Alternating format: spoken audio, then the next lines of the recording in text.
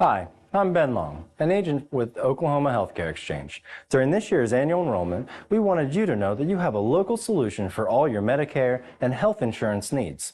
Our agents live and work throughout the entire great state of Oklahoma. Whether you're in Lindsay, Ardmore, Lawton, McAllister, or any of the major metropolitan areas. Give us a call to learn more at 855-786-8343. Again, that phone number is 855-786-8343. And we look forward to hearing from you.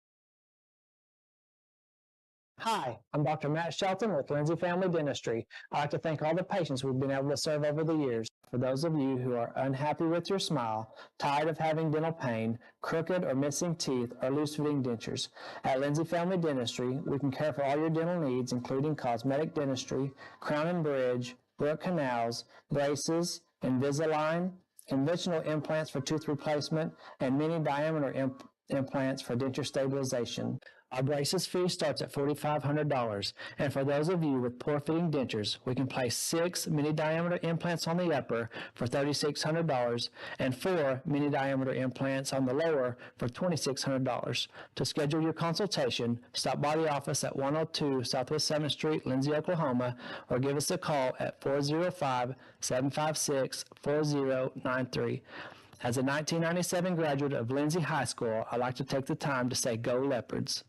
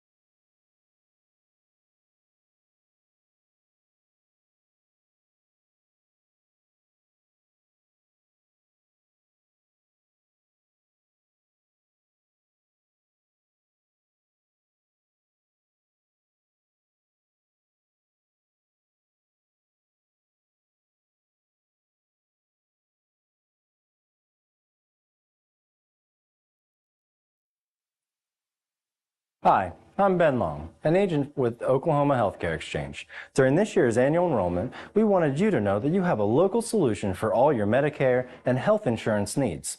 Our agents live and work throughout the entire great state of Oklahoma. Whether you're in Lindsay, Ardmore, Lawton, McAllister, or any of the major metropolitan areas. Give us a call to learn more at 855-786-8343. Again, that phone number is 855-786-8343. And we look forward to hearing from you.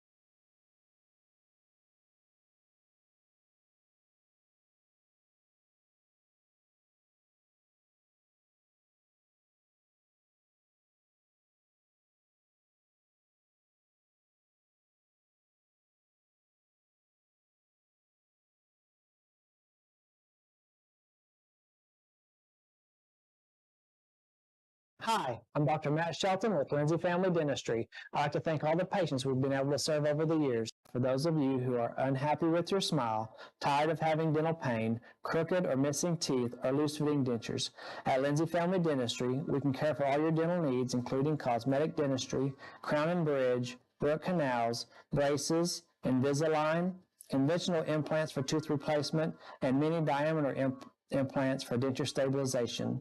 Our braces fee starts at $4,500, and for those of you with poor-fitting dentures, we can place 6 mini-diameter implants on the upper for $3,600 and 4 mini-diameter implants on the lower for $2,600. To schedule your consultation, stop by the office at 102 Southwest 7th Street, Lindsay, Oklahoma, or give us a call at 405-756-4093. As a 1997 graduate of Lindsay High School, I'd like to take the time to say go Leopards.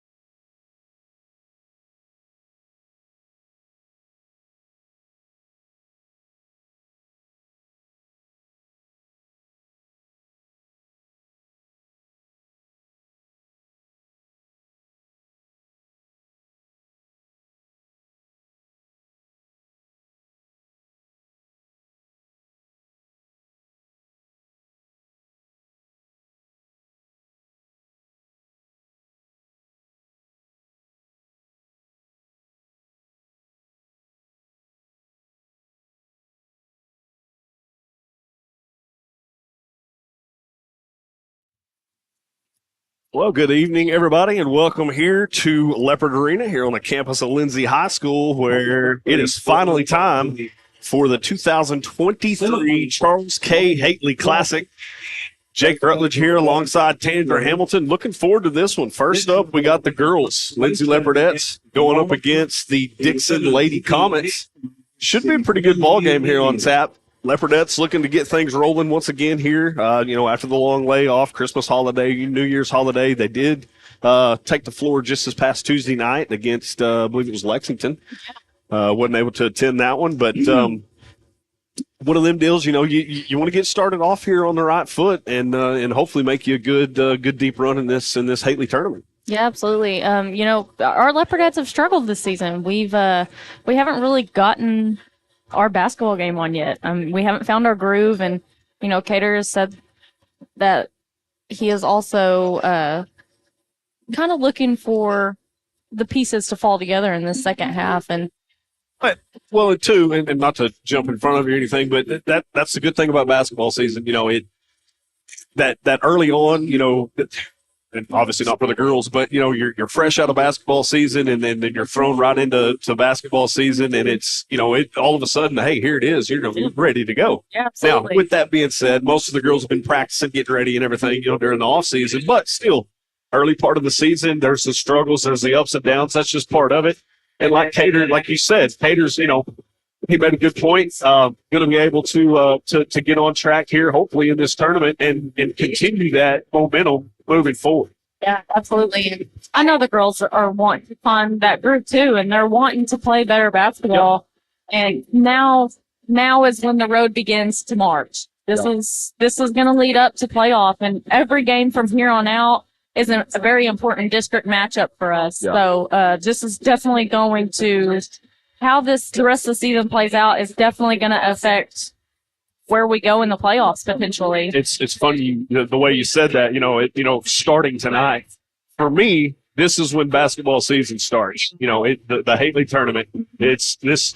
I know it's not considered a preseason tournament, but that's the way I've kind of always looked at it. Going back to the days when I was in high school, the Hately tournament that's the kickoff, and then it's full tilt after that. It's go time because you better be on the right track and improving week in, week out, or otherwise, like you said, come March, you're going to be left out and, going to be left out in the dark. So hopefully that's not the case. And these Leopardettes can get on the right track here tonight and continue to improve like they need to do throughout the rest of the season. So with all that being said, we're still about 7:20 away from tip off here at Leopard Arena, but just wanted to come on, say good evening to everybody. We'll take a quick break, get set here, get us a drink of water. We'll have starting lineups here momentarily. Don't go away. Stay tuned with us, everybody, here on the Leopard Sports Network. We got Leopardette basketball coming at you live next.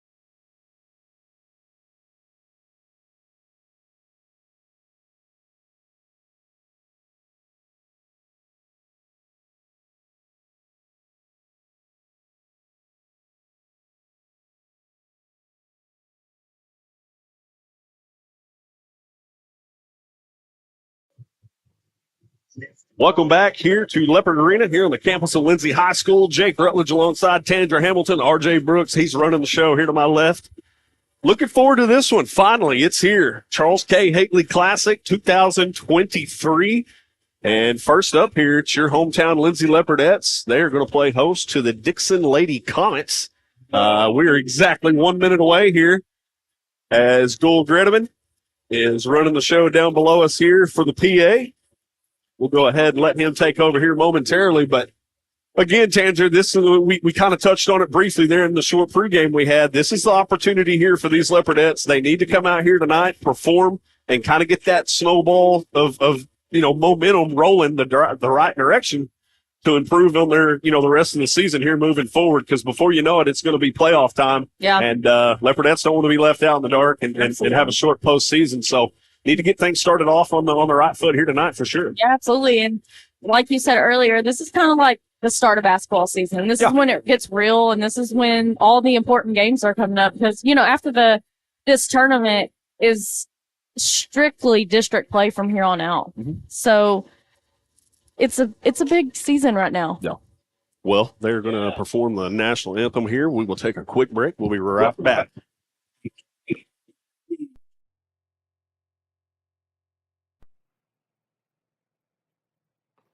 Oh, say, can you see by the dawn's early light what so proudly we hailed at the twilight's last gleaming, whose broad stripes and bright stars through the perilous fight o'er the ramparts we watched were so gallantly streaming, and the rocket's red glare, the bombs bursting in air, gave proof through the night that our flag was still there. Oh, say does that star-spangled banner yet wave o'er the land of the free and the home of the brave?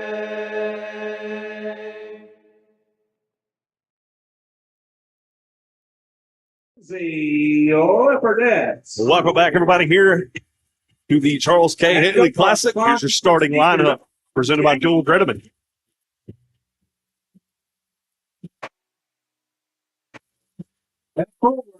His sophomore, number 5, Maddie McGowan.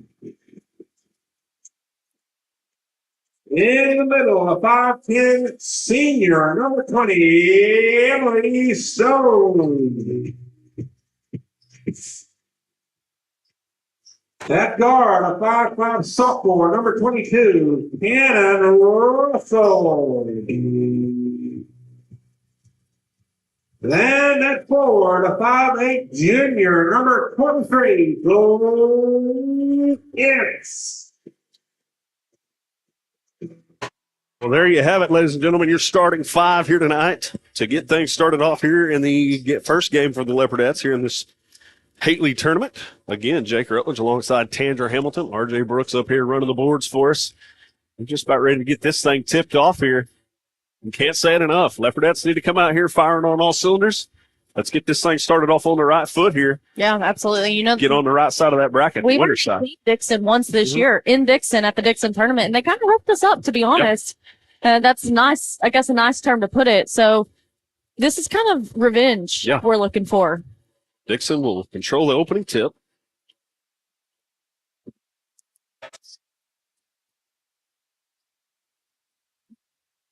Free ball on the way. Comes up short. Rebound to Ince. She'll give it to Russell. She'll bring it across the timeline.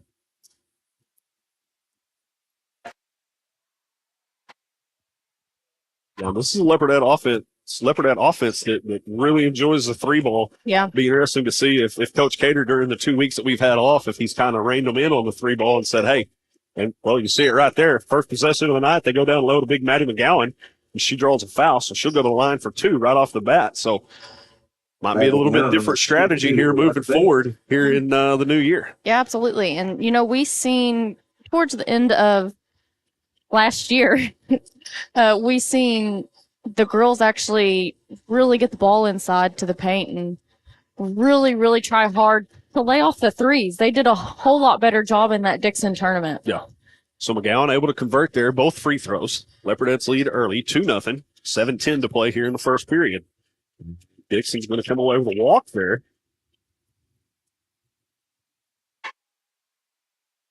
Turnover, give it back to the Leopardettes, excuse me.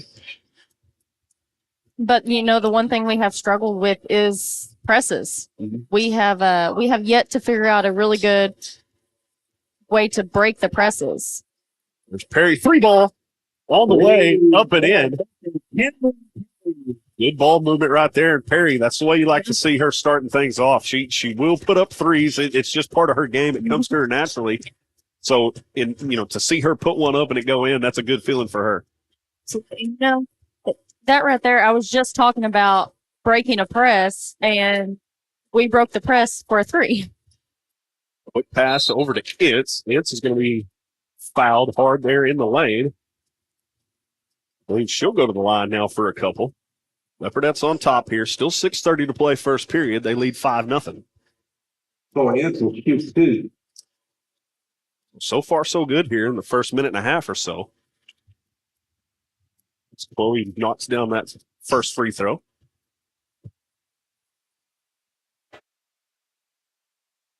Second one on the way. Rattles it home.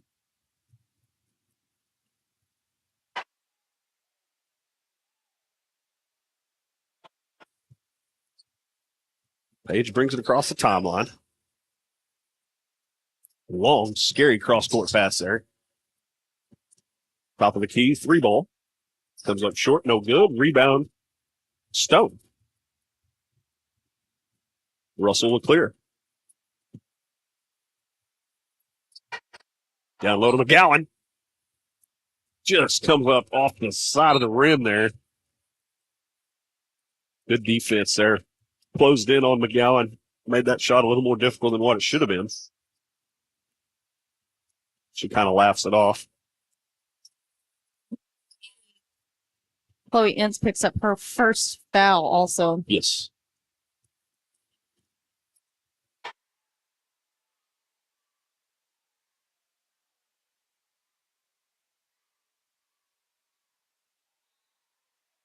Opinion underneath, knocked out of bounds. That'll go back over to the Leopardettes. I believe that's the second turnover of the night for Dixon. And that's a good start for the Leopardettes. We're usually the ones turning the ball over quite a bit. Well, good defense right there by number, I believe that was 30. That's Stormy Hughes able to stick her paw in there and knock that one free.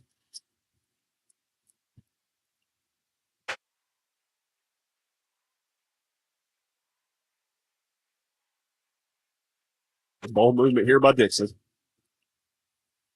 Shot from the elbow, no good. Rebound, Ince. Gives to Russell, she'll clear.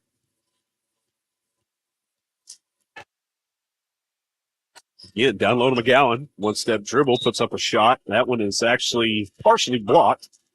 Ends up out of bounds, but it'll stay with the Leopardettes on this end of the court.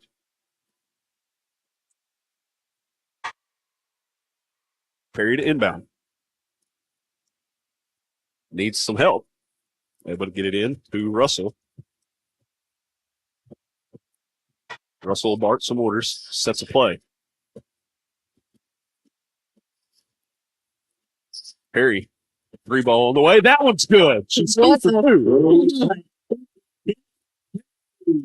What a shot by Cameron Perry. Even had a hand in her face. And, if you don't know Perry personally, she's not the tallest of the girls out there. Able to get that one up and over the outstretched hands there as McGowan forces a turnover here on the other end. So looking good here in this first period for the Leopardettes. They lead 10-0. Maddie actually got a hand on that ball for a block shot. Stone, baseline drive, up, no good. Nearly comes down with her own rebound. And they're going to get McGowan there with the push. I believe that'll just be her first of the night. And I think Dixon wants to take a 30-second timeout here. 4:13 to play, first period. Leopardette's lead 10-0. We'll take a quick Fuse Heat and Hair timeout. Don't go anywhere. You're watching Leopardette basketball live on the Leopard Sports Network.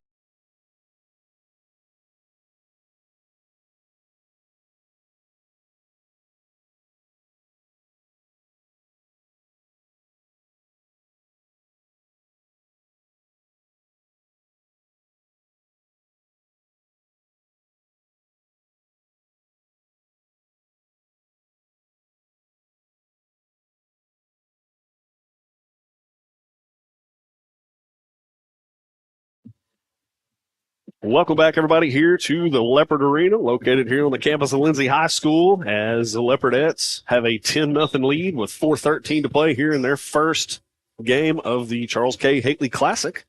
Jake Rutledge alongside Tandra Hamilton and R.J. Brooks. You've been gone for so long, you're getting tongue-tied. Yeah, there you go. So Leopardettes again come up with the turnover, nearly throws it away. Perry thought about a three for a second, and then she has it stolen.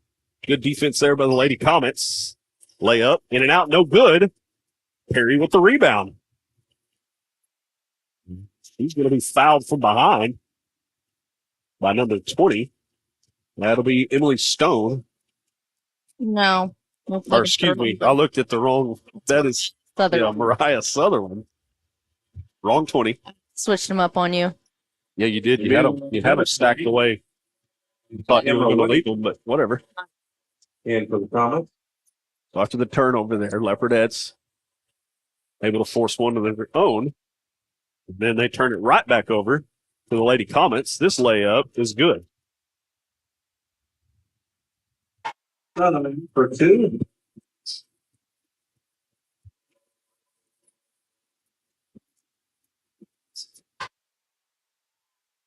Low to McGowan. Able to get that one to go. Leopardettes nearly able to come up with it. We're going to have a jump ball, and it will stay on this end of the court. Leopardette ball.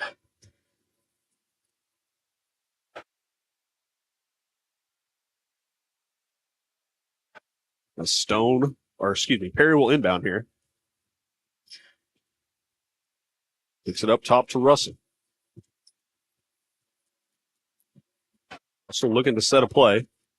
Down to 3 minutes to play first period. Leopardettes still lead 10-2.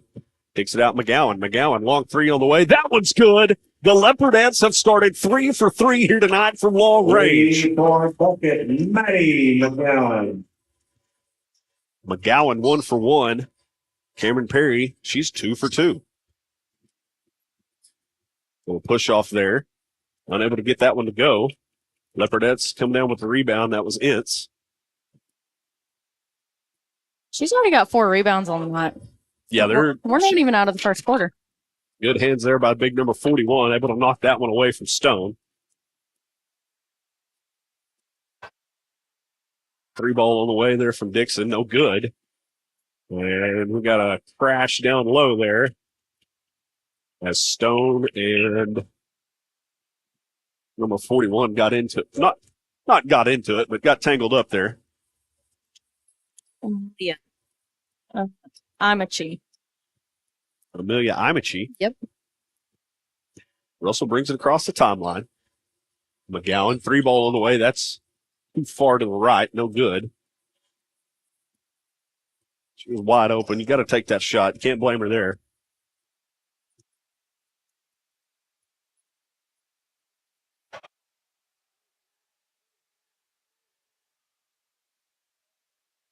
Good defense there by Cannon Russell. Yeah, it was a close 5-second count right there, too.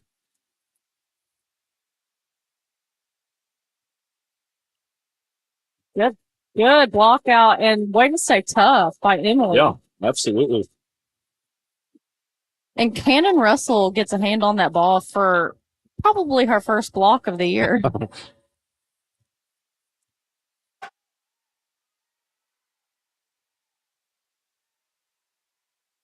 Still kicks over McGowan. Back over to Russell. Around to Ince. Ince 3 ball on the way. That one's too long. Off the backside, no good. Sutherland comes down with the rebound from the Lady Comets. Looking to drive all the way. Going to be fouled.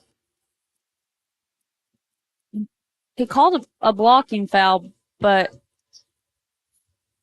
the only one on the ground was a Dixon girl. So I'm not 100% sure. Mm-hmm. Might have been a reach in, but definitely not blocking foul. Might have got his signals crossed there, huh? Yeah. So Sutherland to inbound here for the Lady Comets. Kicks it up top. Kicks it back around far side elbow. 3-ball on the way. That one's too long. No good. Lady Comets able to corral it. Sutherland puts up a 3. Long. No good. McGowan pulls that one down. Russell will slow it down here. Check that. She's going to go fast. She's picked up real quick. Oh, right idea, but just a hand got on that ball right there. Maddie is pretty much wide open down there as the post for Dixon is not guarding her at all. Russell, a little drive there. Off the back iron. No good. Oh, if we get... Maddie's already got one, and she's going to pick up her second. They get Maddie there, or did they get Cannon? Oh, yeah, they did get Maddie.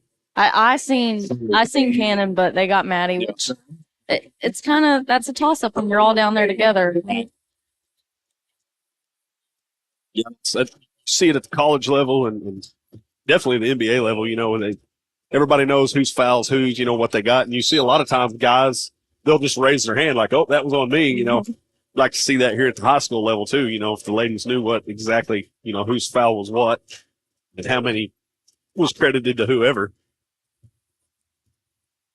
So 25 seconds to play here. Leopardette's lead 13-2, first period. I'd like to see us get the last shot off. It's 3-ball on the way and long off the back iron. No good. Looks like Dixon will control it here and take that last shot Tandra just mentioned. Kicks it down low. Big number 30. Little drive, and that's going to go up and in. So at the end of the first period, Russell will heave one. That's going to come up short. No good. Leopardette's lead 13-4. Get ready to start the second period after these messages. Don't go anywhere. You're watching Leopardette basketball live on the Leopard Sports Network.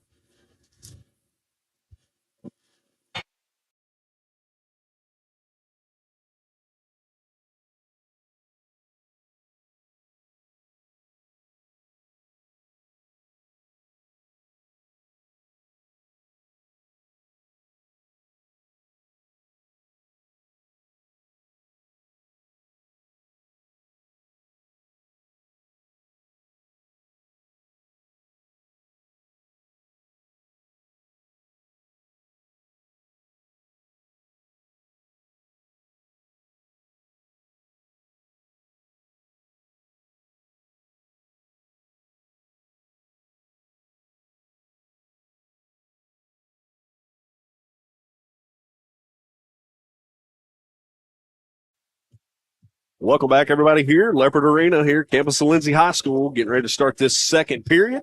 Good first period there by the Leopardettes, Tandra. Exactly what we talked about. They needed to start off quick, get a quick run going there, and that's exactly what happened. 3 for 3 from long range.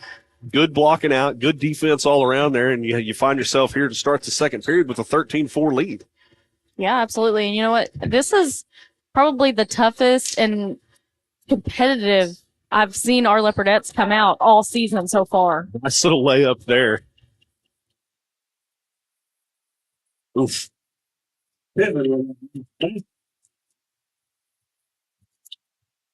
So quickly, a 13-4 score has turned into a 13-8. Coach Cater wants to talk about it. We'll keep it here. Absolutely. Like I said, coming on, this is I guess you could say the most fierce I've seen these Leopardettes come out so far this season. And I think maybe that Lexington game the other night kind of fired them up and was like, hey, we've got to get it in gear. It's time to get in gear. Like this means something from here on out. Yeah. We got to get further, not necessarily in the rankings, the top 20 rankings, but we need to get close so we can at least get a good district draw. Yeah. You need to get back to playing Leopardette basketball, and we've seen it there in the early going. We talked about it in the brief pregame we had. A little bit sluggish to start things off there the first couple of weeks in the season, and this is your opportunity here tonight to get things started off right and to start 2023. Yeah, absolutely. So that one comes off the back iron there, no good. Leopardette still lead 13-8.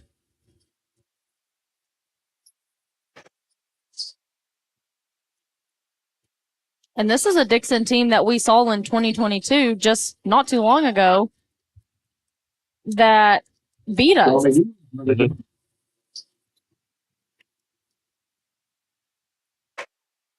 Like they'll get 30 there.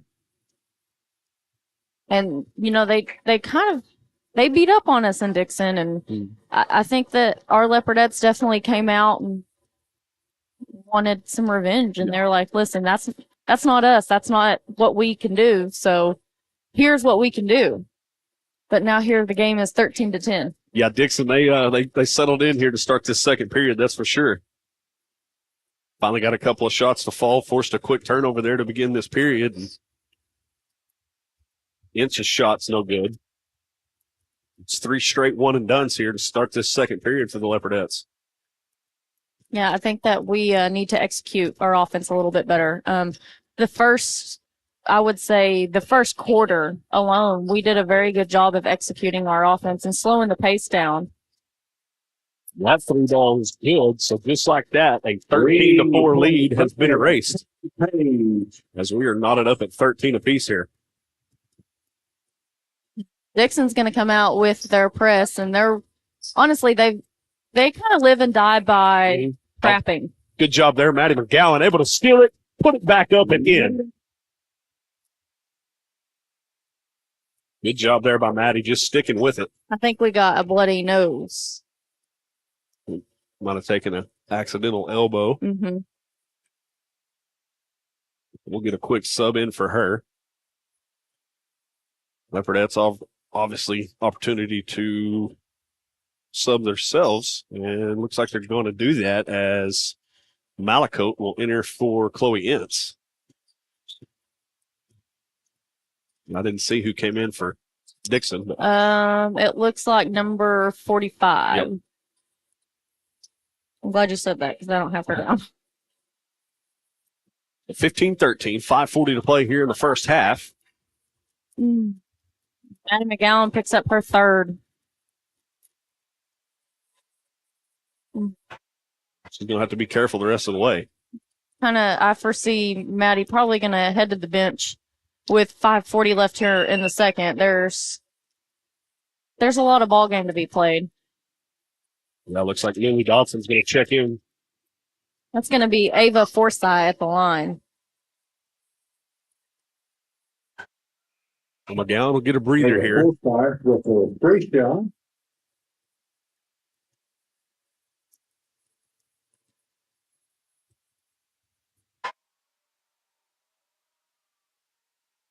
No good. They're going to get. And that's a good over the back call for us. That puts Dixon's Big Grill to the bench with 3 fouls as well. He Hughes third as well. So Dodson in for the Leopardettes. Tower in for the Movements. And this is the first time we're seeing Lily Dotson on the floor this year. hey, I was watching her at. We got a loose ball there. I was watching her. It was not sure who she was helping coach, maybe a cousin or something like that in the old gym here just a couple of weeks ago before they went on break. And for Lily to be as broad as she is, as a big girl as she is, tall, she's very agile on her feet, moving the basketball. I sat there almost in shock thinking, golly, this girl, you obviously you see her playing a ton of softball and she's a power hitter. Yeah. Obviously not out there to run the bases for any kind of speed or anything. But I mean, when she needs to hurry up and hustle or even, catch you with a crossover, I think she's capable of doing it. So as you said, first time getting to see her here tonight.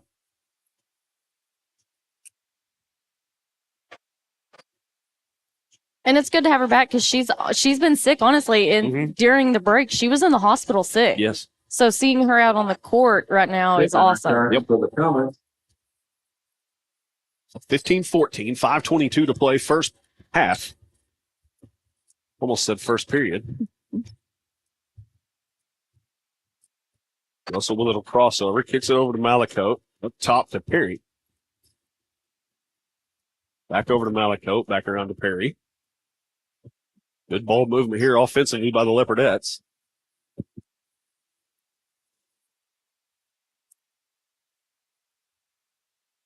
Really slowing down here on this possession. And I think they're just sitting, they're waiting. They need something inside, wide open, or they need one of our 3-point shooters to be wide open to have time to set their feet. Get Sutherland there. That'll be that's just our second. For Cameron Perry. So the last 4:46 here, Leopardettes will go to the line to shoot.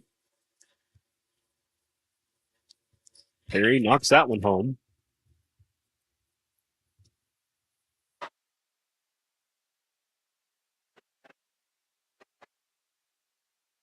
Second one on the way. In and out, no good. Stone able to come up with the rebound. Kicks it over to Russell. Didn't realize Malakote was there behind her.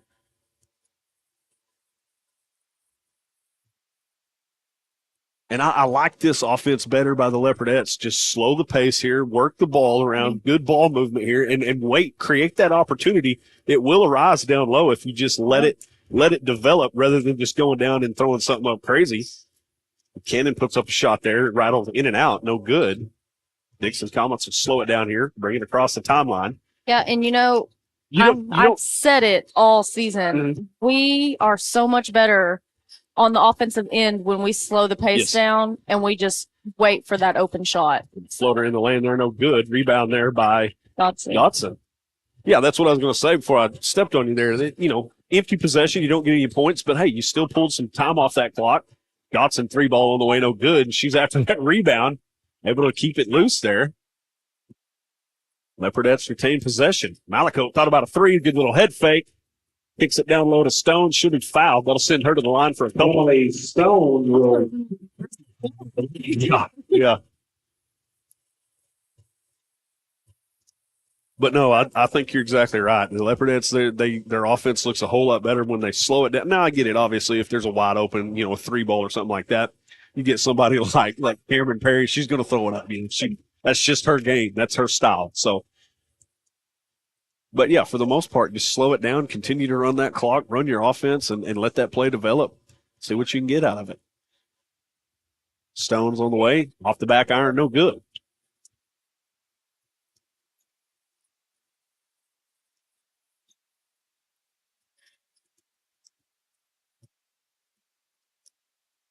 Oh, good steal there by Lily Dotson.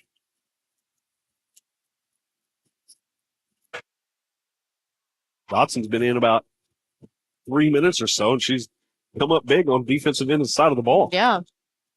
Stone has that one partially blocked.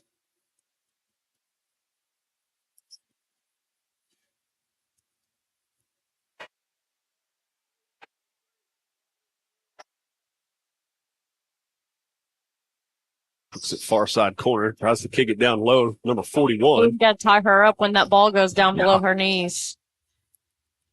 3-ball on the way. That's long, no good. Dotson unable to corral it. Malakote hits the deck, gets it over to Cannon Russell. We got numbers 3-on-2. Russell's going to push it, layup, in and out, no good. And that's going to go off the hand, however, of the Lady Comet there. So it will stay with the Leopardettes here. And hats off right there to Braylee Malakote getting on the floor down here to save that ball and able to find Cannon Russell wide open. Yep. Yeah, just a hustle play. Got to appreciate that for sure. Forsythe returns for Dixon. 16-14, 2:38 to play. Kicks it underneath to Stone. That one rattles in and out. Stone nearly pulls down her own rebound. We're going to have a foul. It's 45 with the push. And that should returns for 2. Send Stone to the line for a couple. Can I just say we're on the opposite, or we're on the wrong side again during another Dixon game. That one comes up short. Lily's going to get over the back call. Yep.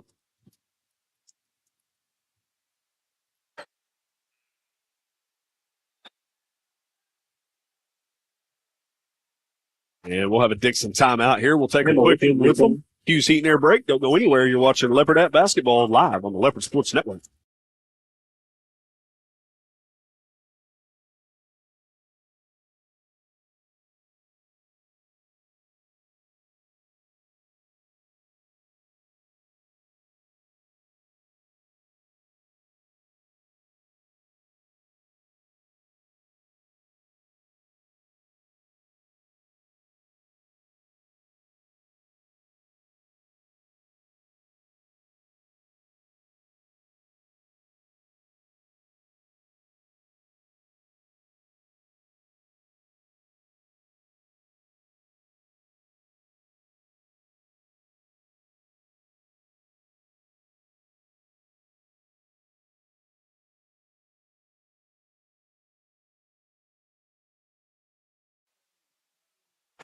Welcome back, everybody, here with, well, we don't have the clock up just yet. But we're inside of 2 minutes to play, about 2 minutes to play here in the first half of this Leopardette game here. 2:34 to play, to be exact. Leopardette's lead 16-14. And let me just say we are in the bonus now.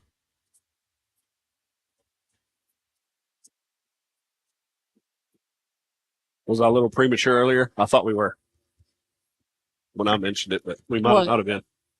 That last foul put us in the double. Okay. Ooh, little push right there. That did not get called. Reball on the way, no good.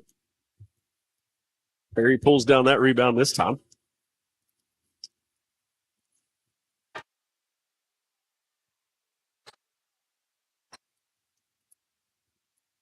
Number 10 swats that one out of bounds. Stay with the Leopardettes.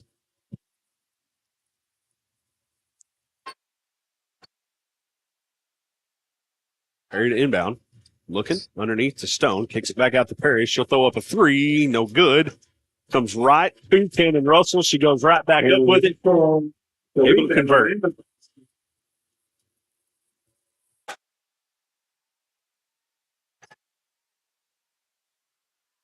I think if Cameron Perry's feet is set right here off the inbound, that ball goes in. She was wide open all day. Yeah, she's looking quick there. Be out of bounds against the Lady Comets. It's number 10. Looks like she accidentally sat down on the inbounds line there.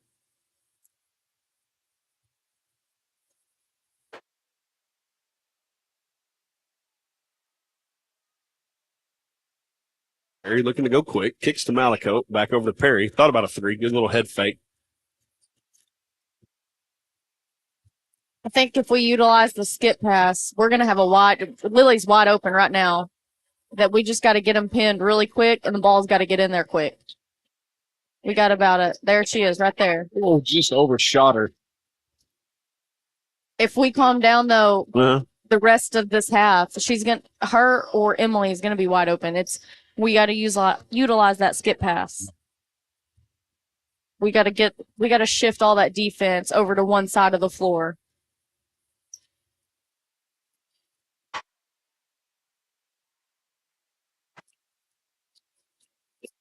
And I'm almost positive we're playing a zone defense, which I have not seen a lot of by us this year.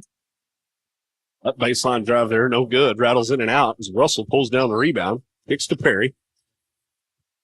Over to Dotson. Dotson unable to get it to go, but guess who's down low? That's Stone. Nope. Or excuse me, that was Cannon Russell. Her shot wouldn't go. Good defense there by Stone. Hits it out, wide open three ball on the way, way too stout. That's Stone. Now Stone will pull that rebound down and draw the foul. Just a quick flash. If you're not really paying attention, you see Stone and Russell, and I do anyway. I can mix them up.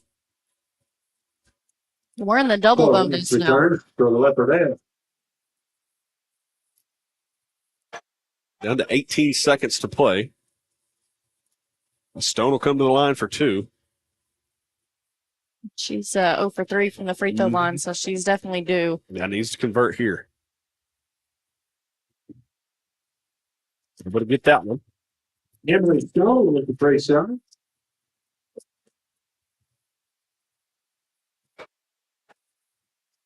Second one. Rattles in and out, no good. See if Dixon will take this last shot here. They want to force something quick. Kicks it down low, kicks it back up top. Thought about a three. Dribble drive.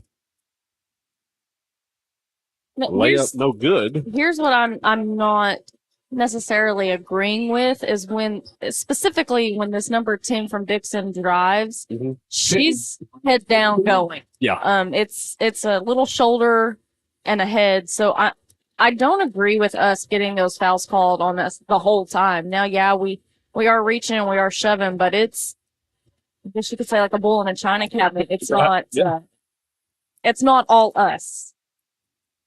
So 8.5 to play here. Russell's going to go quick, gets it across the timeline, kicks to Perry, wide open 3-ball, comes up short, no good. Dixon will corral it, but the clock will expire. So at the end of the first half, Leopardette's lead 19-15. Dixon able to claw back into it there in that second period, make a ball game of this. We'll take us a quick Hughes Heat and Air break. See if Tandra's got any stats for you here on the other side. Don't go anywhere. You're watching Leopardette basketball live on the Leopard Sports Network.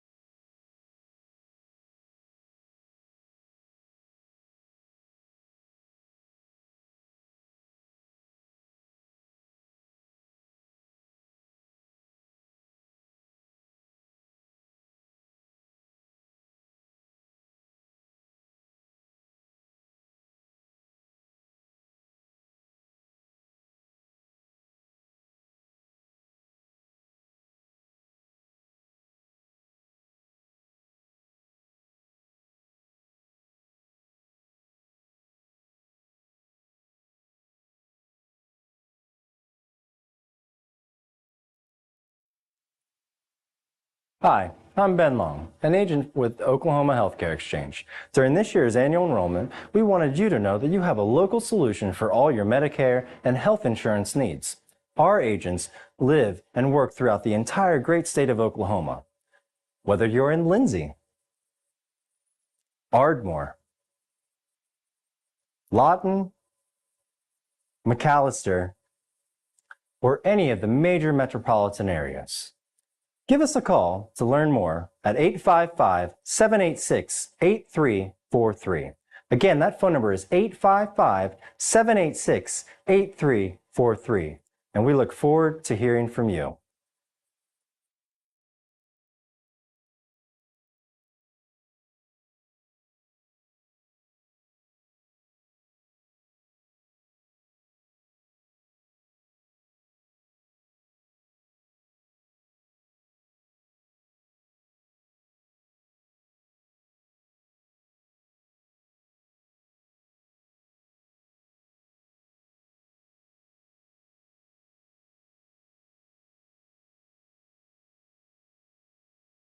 Hi, I'm Dr. Matt Shelton with Lindsay Family Dentistry. I'd like to thank all the patients we've been able to serve over the years. For those of you who are unhappy with your smile, tired of having dental pain, crooked or missing teeth, or loose-fitting dentures, at Lindsay Family Dentistry, we can care for all your dental needs, including cosmetic dentistry, crown and bridge, root canals, braces, Invisalign, conventional implants for tooth replacement, and mini diameter implants for denture stabilization.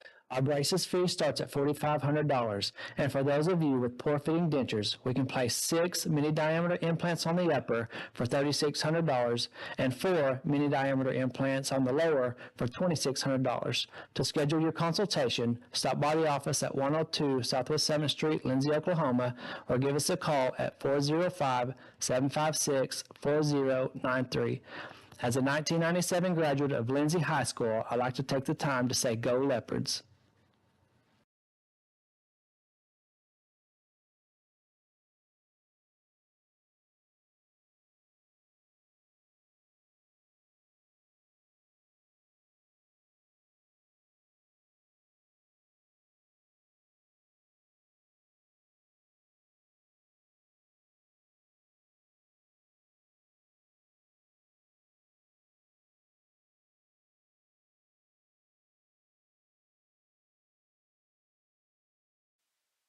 Welcome back, everybody. We're still about 4 minutes or so away before we get this second half underway, but give it over here to Tandra Hamilton as she's got some first half stats for you. Tandra, what do you got? Yeah, honestly, Jake, the biggest thing for me that sticks out is we have 9 forced turnover, and that's just a roundabout number. You know, I probably could have missed a couple, but in the area of 9 to 10 forced turnovers. We usually don't have that many forced turnovers a night, and we've only turned the ball over 5 times.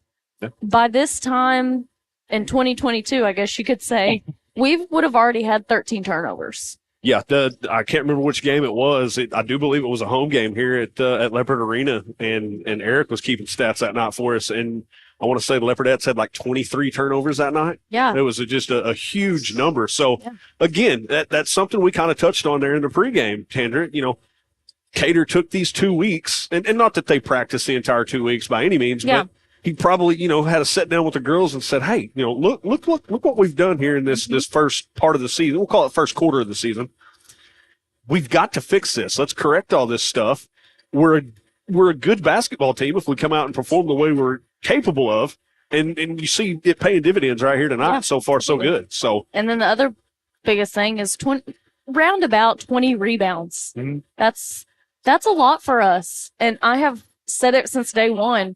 Our biggest downfall is we don't block out very well, and we're coming out, blocking out, and getting the rebounds. We're on the offensive end, we're going to the ball. When a shot is put up, we're looking for an offensive rebound, and that's what we've been needing to do to start the season off. And now that it's kind of finally clicked, and on the scoring side, we got Cameron Perry. She's 2 for 4 from the 3-point line with 7 points, and Maddie McGowan's got 7 points. So those two right now our biggest leaders. Of course, Maddie McGowan has 3 fouls. So here in the second half, she has to be extremely careful with only 2 fouls to give. Well, that's what I was going to say.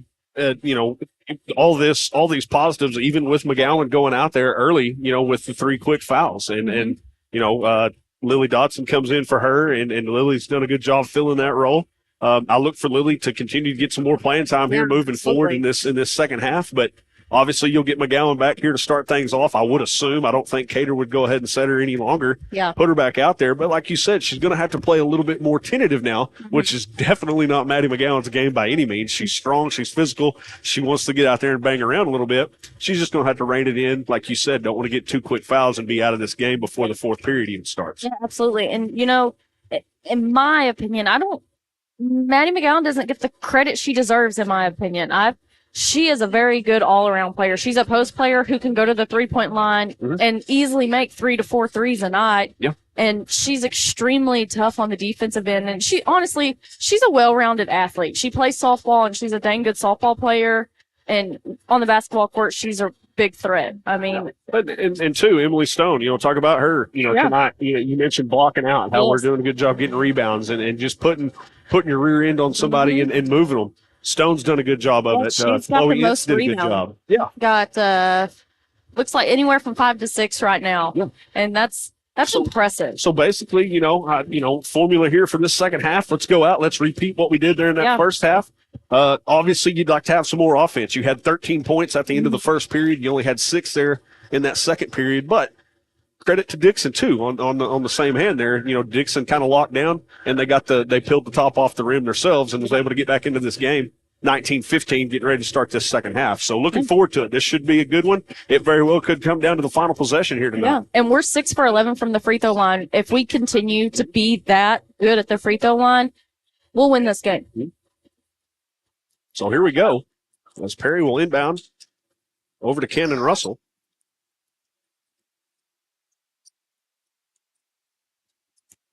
Gowan is back in the game. She kicks it over to Emily Stone. Stone, baseline drive, puts up a shot.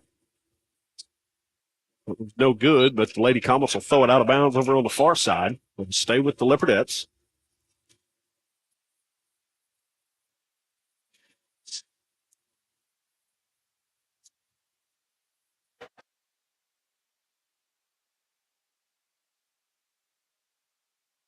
Ooh, that was close. Yeah. Good thing Cannon's got a little hustle to her, huh? Yeah. With a different lineup here as Lily Dotson is in along with Maddie McGowan to start this third period. 3 ball on the way, no good. Good hustle there by Maddie McGowan, unable to save it, though. And I think Coach Cater is liking what he sees from Lily. I think this is pretty much her first full game back, and he's impressed. He's like, you know what, Lily, you've been setting this whole time and you're giving me the heart and the hustle that I need. And here you go. Well, and with that being said, it'll be something to pay attention to her, you know, as far as conditioning goes. Yeah. As you mentioned earlier, she spent some time in the hospital with an illness, you know, Mm-hmm. obviously back healthy, ready to go here tonight, but be paying attention to Lily, just see how far she can go here tonight. Yeah, absolutely. Get better with the best. And I think Cater kind of has that in the back of his mind. yeah. Like, I need to kind of watch and make sure she's not just getting winded. Yeah, she's, for lack of a better term, she's probably on a pitch count tonight. Yeah. Guarantee you ask Lily, you know, could you go the entire, you know, these final 16 minutes? She'd say, shoot, yeah, Oh, let me absolutely. go. She's a competitor. No And doubt. she's a competitor on the field and on the court. I mean, she's not going to give up until the buzzer goes off. And Oh. This three is on the way off the back iron, no good. Lady Comets will keep control here. Back-to-back misfires on the three. and back-to-back offensive rebounds too. Yeah, a couple of long rebounds. But we do force another turnover. Yeah, that's that. You know, those offensive rebounds. That's a funny stat because a lot of times you've seen it right there. Two long offensive rebounds. You know, usually it bounces off the iron. You know, it goes straight up. You're able to, you know, sky for it and pull down a rebound. But you get those long ones. Sometimes it can be those numbers can be miscued. Good hustle there by Malakote. Just to keep that one alive. We're going to have a jump ball, and that'll actually go over to the Lady Comets. Got to appreciate the hustle there by Malakote. Yeah, absolutely.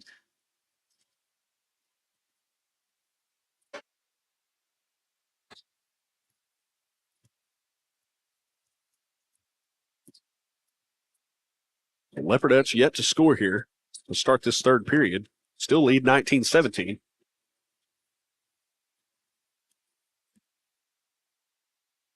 Number 30 will put up a three. Rattles in and out, no good. McGowan pulls down the rebound. And believe it or not, I only have Maddie down for one rebound tonight so far. And that's unusual for her. Well, I mean, you got to think about it. She did set the final 4 minutes of that second period. Malakote, three ball, off the back iron, no good. Dixon pulls down the rebound. Sutherland wants to go fast, dribbled it off her own foot, out of bounds. No, I might have missed maybe one, maybe two, but honestly, she's usually up pretty high. Right. She's usually the leader of rebounds. But what you're admitting on live air is you're not perfect. No, I'm not. Definitely not. Leopardette's turn it over as number 30 converts the layup. That's the well, actually, excuse me, that'll tie this way. 19-19. I get caught watching the game. It happens.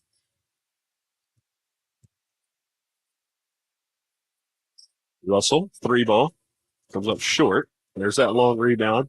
Perry will let one fly from three, no good. Smallest girl on the court, Braylee Malakote, goes up for a rebound, forces a jump ball that'll stay with the Leopardettes.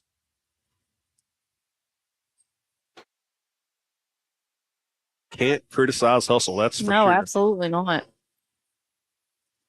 Stone down low, looking, picks it back out top, interlocking L's. That's Camden Russell.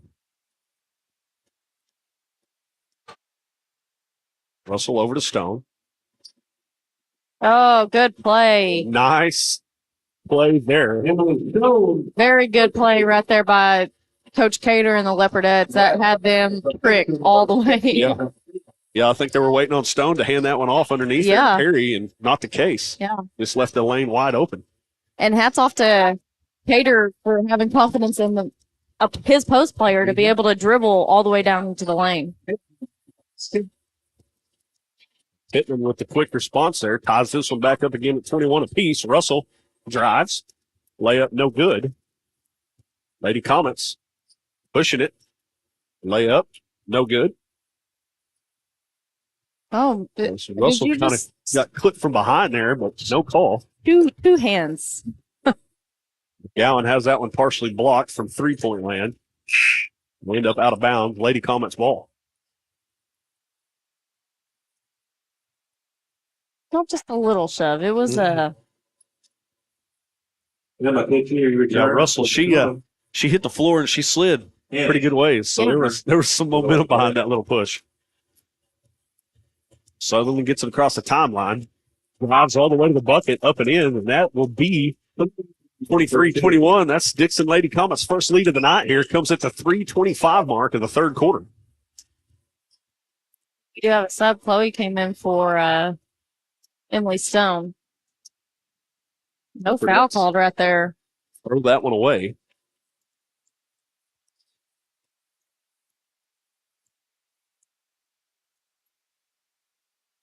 They'll get 21 with the walk. We've got to keep an eye on the defensive end for the Leopardettes. The Dixon Comet offense is getting a little feisty down there on their screens. They're throwing a little bit of elbows to our girls, so got to keep a close eye on that. So Coach Katie with the timeout here. It's a full one. We'll take one with you. Fuse Heat and Air Break. Don't go anywhere. You're watching Leopardette basketball live on the Leopard Sports Network.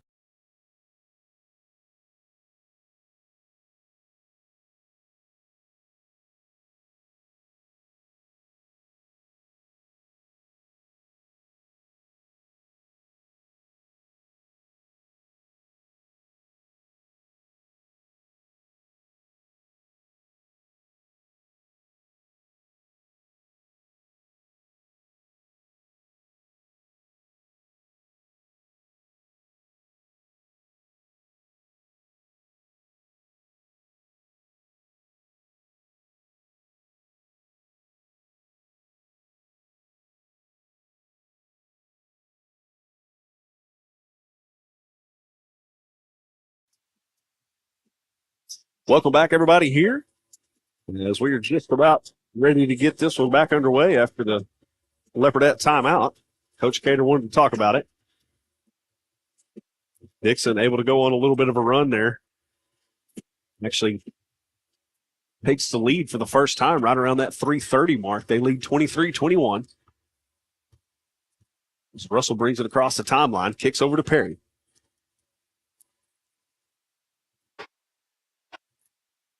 Perry three ball. No good. Again, Malakote, good hustle there, unable to save it.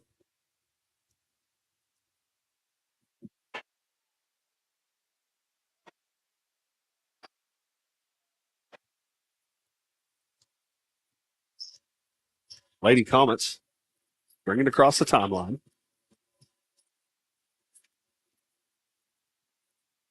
Loose ball there. Malakote hits the floor. They'll force a jump ball. That'll stay on the Dixon side of the court.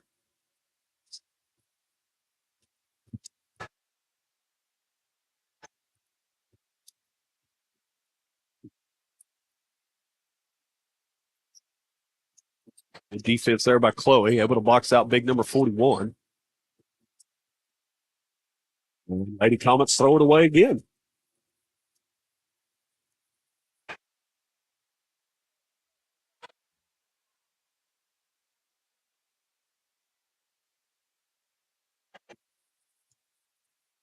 Russell will bring it across. Kick over to Perry. Bradley's wide open underneath. We just got to, again, utilize that skip pass. Yeah, it's there. Well, once they get to one side of the floor, they're turning their back. Big block there by 41.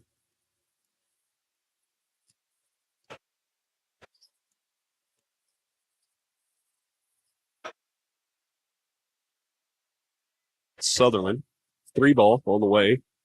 Comes up just short. Good hustle there by 41, able to save it. Right there.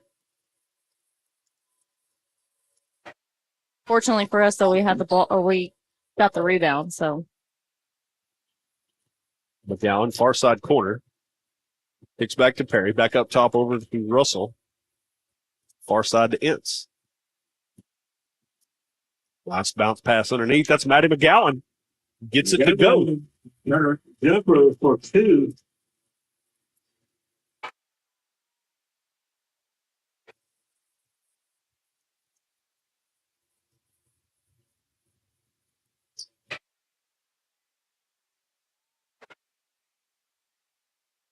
Good idea underneath. Oh, walk. you, Yeah, you can't. you can't slide on the ground with the ball. Might get away with a little bit. She got away with a lot more than a little bit there. And he was shaking his head no. That 3-ball off the back iron, no good. 41 pulls down the rebound. Good hustle by that young lady. Malakote somehow ends up with it. Leopardette's in control. Perry's pushing the pace here. They're going to get a reach, I believe. That'll go against number 5 for the Lady Comets. Down to 17 seconds to play here, third period. Leopardette's not a lot of scoring here in this third period. Oh, and we were already in the double bonus, or the bonus by the time we hit the second quarter, and there's only been one foul call in the third period, so. Malakote, layup, too strong. Put back, good. Chloe Ince. Good job just staying with it. Half court heave. Too strong, no good. So at the end of the third, Leopardette's able to claw back and get the lead here. Lead 25-23. Fourth quarter coming up. Don't go anywhere. You're watching Leopardette basketball live on the Leopard Sports Network.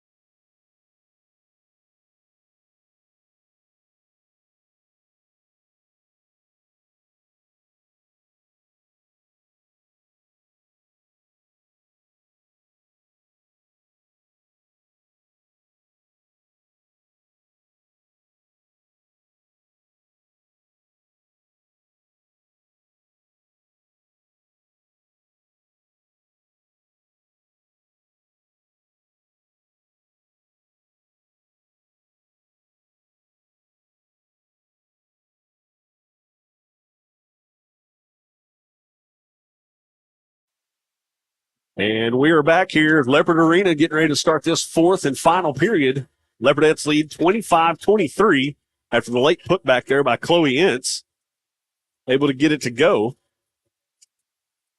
This final 8 minutes should be nothing but pure entertainment here. Looking forward to this one. Yeah, absolutely. Malakote will inbound.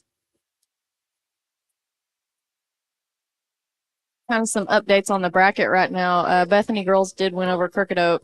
So they advanced to play Plainview, who won in overtime against Sulphur tomorrow at 3:20. So Sulphur and Crooked Oak will play at 10 a.m. McGowan 3-ball, no good. Good hustle there by Chloe Ince. Keep the rebound alive.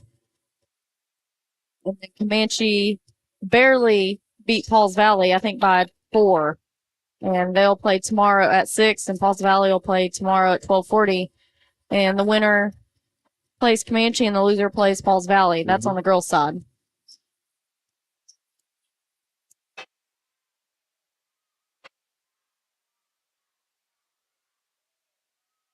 Let's throw it away on their end. Got to play defense now. We'll skip pass. Baseline drive, dribble drive. Lady Comets throw it away.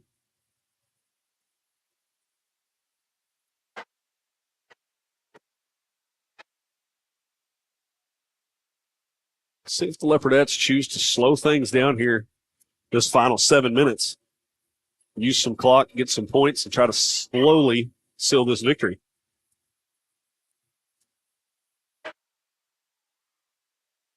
Some scores around our little area and kind of our district. Marlowe holds on to beat Latta 39-29 today.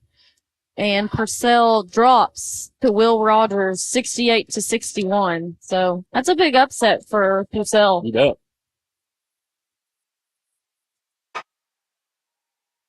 Leopardettes turn it over, able to play defense there, not allow any points. We really need to slow things down. I think we're just a little bit out of control and rambunctious right now. Wide open 3-ball. I say that. And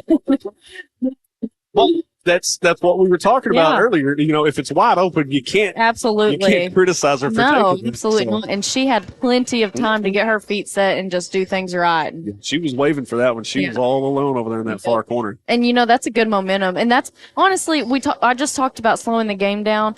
Her hitting that 3 slows the game down. For sure. That'll be Chloe. Chloe Ince. Didn't quite have her feet set. That'll send number 30 for the Lady Comets to the line here. For the Comets. So 5:59 to play. Leopardette's lead 28-24. Hitman returns for Dixon.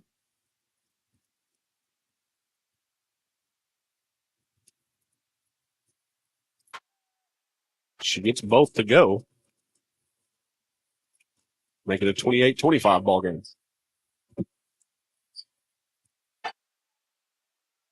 Underneath, it's Maddie McGowan left all alone. Kicks it to Ince. Ince is going to draw a foul. And she'll go to the line. Oh, Ince will go to the line for two.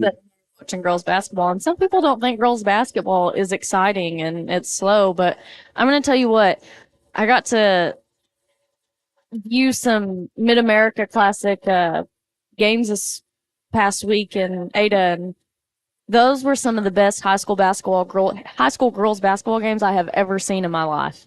They were very, very good. As a Class A team beat a Class 4A basketball team for a championship. Yeah, that's wild.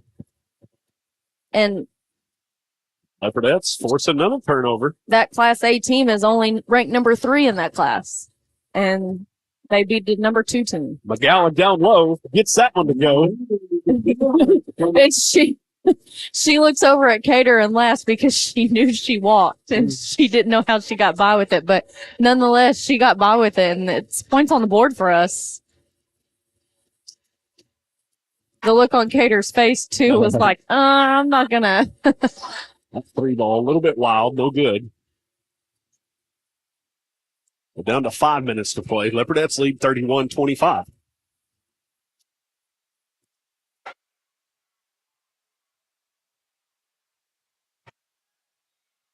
Harry has that one slapped away. Timeout, Lindsay. Cater wants a timeout to talk about it here. No, check that. Yeah, I'm not. I thought he called timeout. I not thought the so, case. too. Hot Tower text in.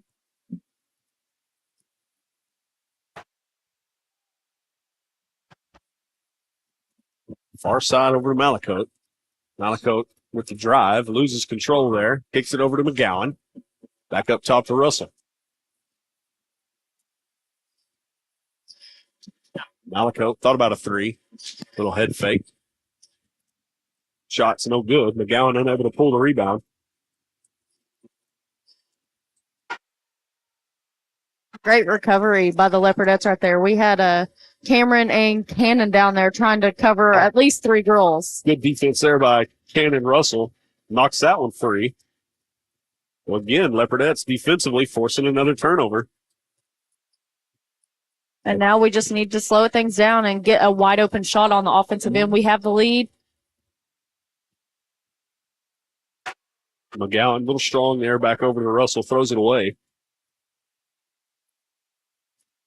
Down to 3:55. You see the defense for the Lady Comets starting to pick up a little bit. They're trying to rattle this Leopardette offense. Coach Cater wants to talk about it, and so it'll be a full timeout. We'll take one with him. Q's Heat and Air break. Don't go anywhere. 3:55 to play in this one. Leopardette's lead 31-25. You're watching Leopardette basketball live on the Leopard Sports Network.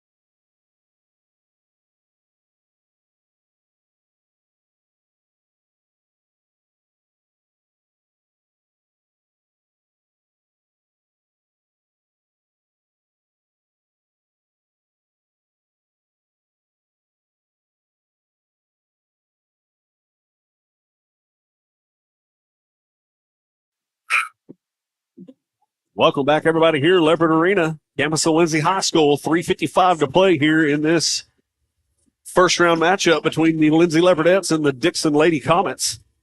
Jake Rutledge alongside Tandra Hamilton and R.J. Brooks over here running the show. He's doing all the hard work. Yeah.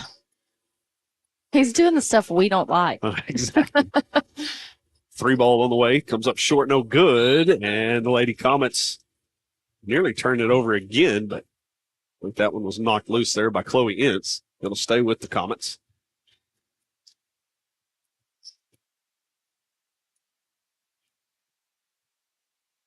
Quick inbounds there. 30 gets it to go. A payload for 2.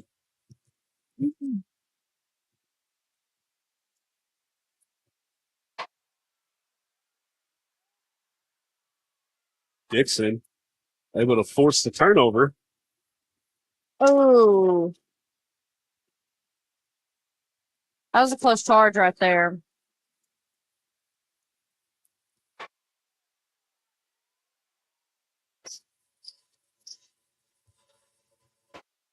I think that as far as them double teaming us, I think honestly, it's not idea, but we need to get the ball at our chest and we need to put our elbows up and we just need to pivot.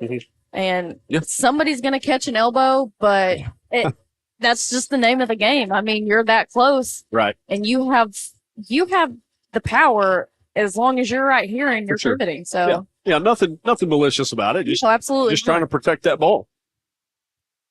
As Russell has that one batted away. Just like that, Dixon's called back. Able to tie this one up. And as you talked about there off air, Leopardettes only have 1 timeout left. Coach Cater called one there just a little bit ago. Left him with this single. He's got to go 3 minutes without calling. And just like that, Cameron Perry comes up clutch, knocks down a big-time 3 with 2:45 to play in this one. That's huge. That's a good momentum killer also. Because, I mean, Dixon was getting the momentum right there. They had 3 turnovers, or they caused 3 turnovers in a row. So, and we caused one right there with a jump ball. But the ball will stay Dixon. Looks like Emily Stone will check into the game here for Chloe Ince. Emily Stone returns to the Leopardette. I'm really impressed how Chloe Ince has played tonight. She's played tough, and she's gotten the rebounds that has needed to be got. Yeah. Dixon kicks it down low. 41, unable to get anything to go there. They're not pressing, so we need to slow it down right here. Wide open shot. Just slow it down. Right now, the clock is in our favor. So that's what we say. The clock's your friend here. Oh, nice little pass underneath. Good defense, though. 10 able to come up with it. Great pass there by Braylee Malico. Yeah, you like the idea there. Nothing wrong with it.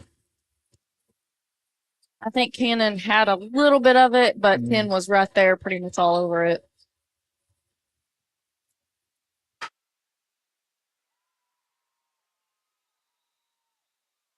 So number 10 gets that one to go.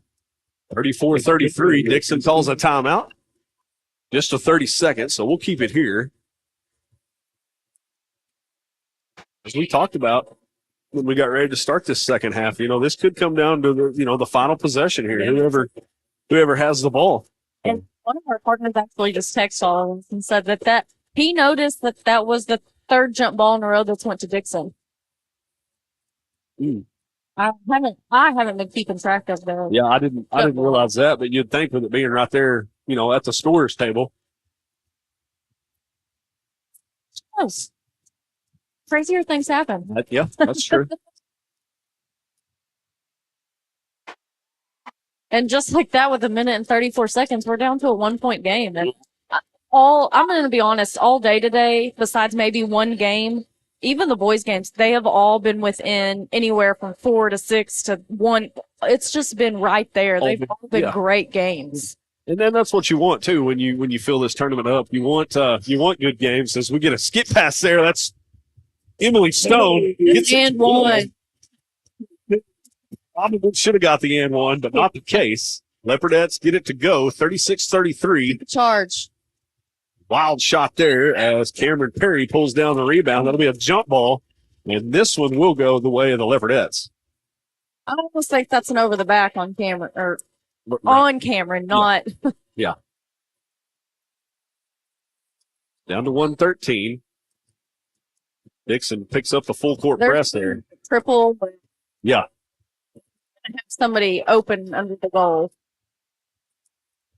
But as we was talking, that's what you. Got timeout. So let's see what. I saw the foul call before the timeout. And Cater wants the foul, of course. Yeah, especially just with the one left. Cater's he's laughing about it. Even Coach Dodd's kind of chuckling. So not going to get the foul. They'll give Cater the timeout here.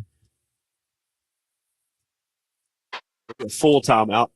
The whistle's kind of blown at the same time, but I think the side ref over there was going to give this ref a call because he was closest and he heard it. So, truth be told, that's probably what they're still kind of discussing over there. And honestly, a timeout right now, we do use our last timeout. Yeah. If we happen to go into overtime, he gets another one. For sure. So use it now. Calm your girls down. Let's drop a play and let's add 2 more to the board to give us not necessarily a comfortable lead, but something to rely on. Oh, you feel a lot better with a 5-point cushion than you do just a 3 here. Absolutely. So, you at least make it a 2 possession. Right. Ball.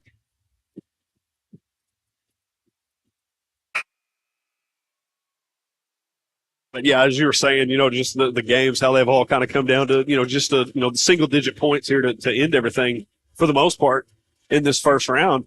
That's what you want when you fill this tournament up. You want good games. You don't want those blowouts. You don't like that as an athletic director, as an administration. You want good games. That brings in, puts butts in the seats, makes our job a heck of a lot easier up here. It makes it a lot more fun. So got to get it in. She got it over to Stone just in time. Down to 55 seconds to play. Probably seen our Lindsay crowd like, you get it in. Yeah, you don't have a timeout there, Malakote. You got to get it in. Yeah. She did just that, just in the nick of time. Even if you got to throw it off in the Dixon back, that's turned to you. Yeah. I mean, you throw it off. The worst case scenario, you throw it off and it goes out of bounds, but then you can jump. If it stays in bounds, you jump in and get it. Yep. So we'll do it again. Malakote to inbound. Gets it underneath there to Russell. Down to 48 seconds to play. Leopardettes lead 36-33. Russell over to McGowan. We got to break up that triple team that's trying to happen over there. Russell with the drive. Takes it to Stone. Good. We're going to get a foul.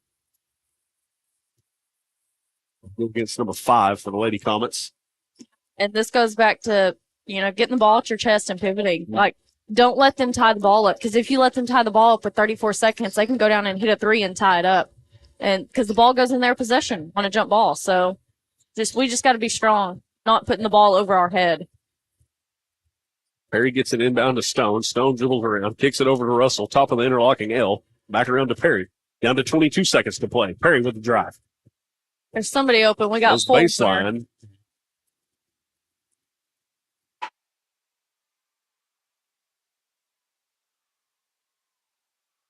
18 seconds left with a 3-point lead right here. That'll be a foul against 21 for the Lady Comets. As Tandra mentioned, down to just 18 seconds. Leopardettes with the ball and a 3-point lead here. Gets it inbounded over to McGowan. McGowan picks her dribble up. Finds Malakote underneath. Malakote's just going to run around here. Good, Brayley. All kinds of time running off the clock. Leopardettes still in possession. Down to 6 to play. Down to 4. Leopardettes are going to hang on and win this one by a final, ladies and gentlemen, of 36-33. And you want to talk about revenge. Yeah. Sweet, sweet revenge. You mentioned it early on, Tandra, that Dixon knocked Lindsay off early this season. It kind of roughed him up a little bit, knocked him around a little bit. Leopardette's able to get the redemption here tonight in the first round of this Hately Classic. Yeah. They move on to the right side of the bracket, the winner's side of the bracket, by a final score of 36-33. They will see Comanche And they will see Comanche tomorrow night. That is going to be a big test for our Leopardettes. That's a district game. That's a class 3A. I think they're ranked 2 in class 3A. What do we? We got the Dixon coach out there. He was still barking. I think he was chasing Coach Cater. He did chase Coach Cater. He cornered Cater. And Cater did the right thing, just turned and walked. You see Chuck Carp there, the Lindsay He superintendent. jumped over the rail. He's escorting that Dixon head coach as far off as possible. I'm not sure what that's about, unless he could be arguing wanting a foul call. But with all that being said, Leopardettes get it done 36-33. They're going to move on to face Comanche tomorrow night. And now we're about 10 minutes away from this Leopard game as they will go up against – as they're going to go up against – sorry, got sidetracked there. Anyhow, we'll take a quick break. We're still about 9 minutes away or so before the Leopards get this thing ticked off here. Jake Rutledge alongside Tander Hamilton, RJ Brooks. Don't go anywhere. Stay tuned with us. We got Leopard basketball coming up here at about 10 on the Leopard Sports Network.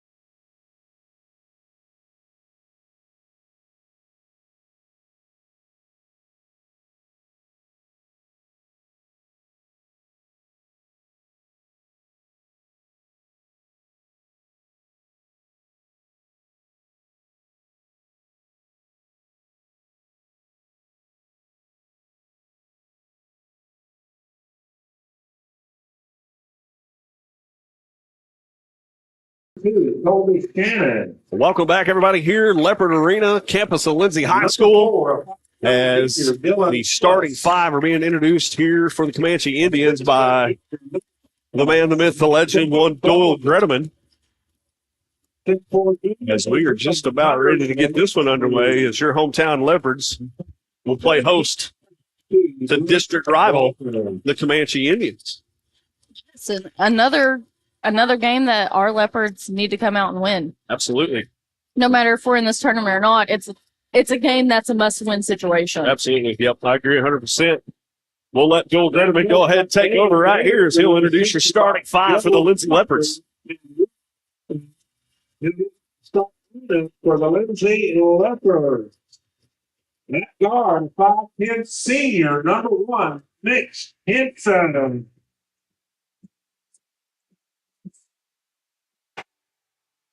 That forward, the 6 feet senior, number 3, Ryan Kennedy.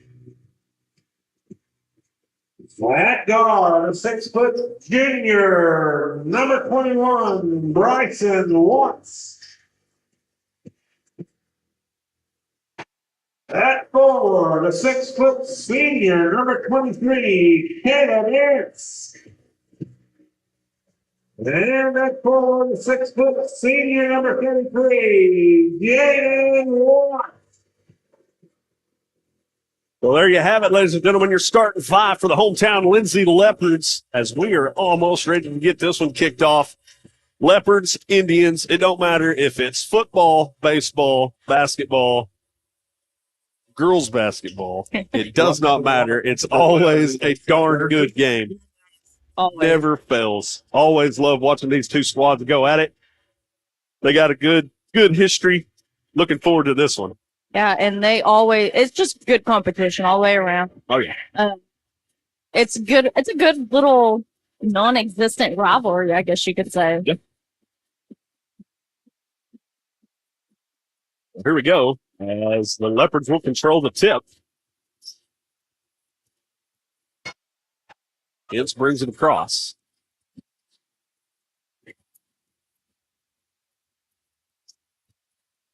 The jumper from the free throw line, no good. It was Jaden Watts. Couldn't get it to go.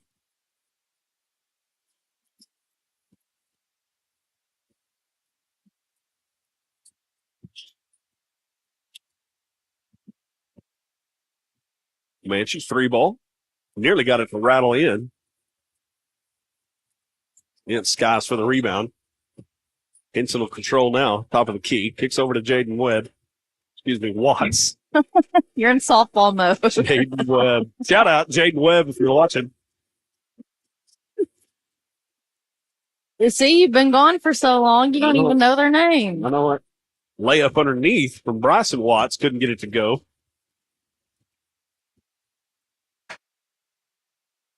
And the winner of this will face Crooked Oak.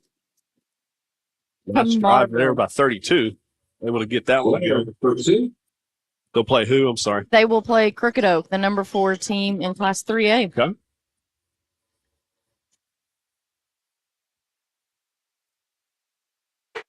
Kennedy comes up well short there. Kind of pats himself on the chest, says, my bad. I think he thought he was closer than what he really was. It's that baseline jumper to go. The Comanche on top here quick. 4-0.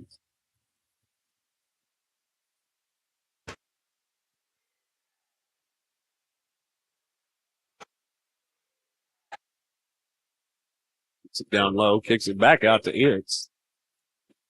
Head fake over to Watts. Oh. You seen Jaden? He was looking for Caleb down there, but I think he was in midair when Caleb was guarded.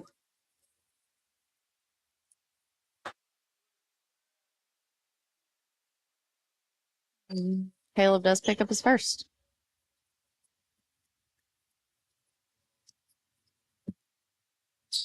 Banshee to inbound.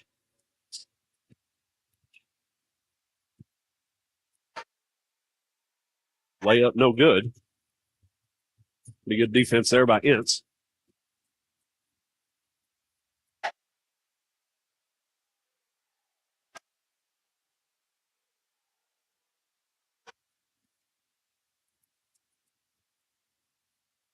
Henson with the drive. Wanted a foul there. Didn't get the call.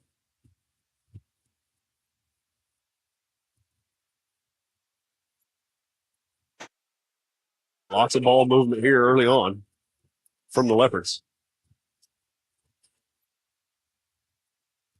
Underneath, that's Kennedy. Up and in. Ryan Kennedy for 2.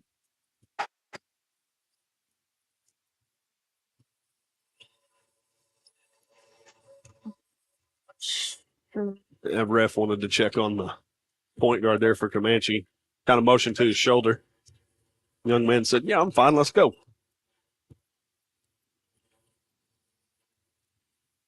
Picks his dribble up.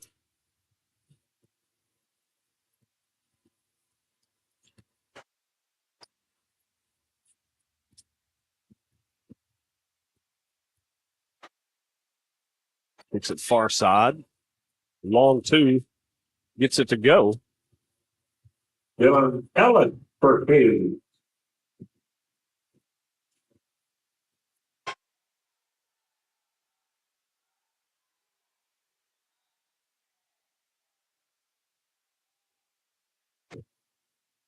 Bryson's going to And a register checks in for the Leopard. hobble off. Kind of got his ankle wadded up underneath him there on that previous possession by Comanche.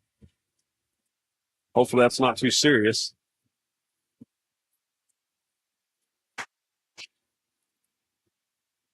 Henson. Oh, there's a foul right there. Leopardette still control it. Jaden Watts has his shot blocked. And they're going to call jump ball here. That'll stay, or excuse me, that'll go over to the Indians.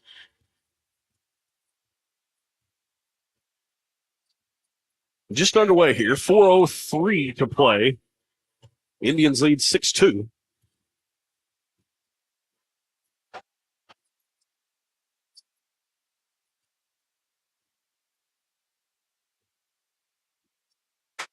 Engine register was the one that checked in for Bryson Watts.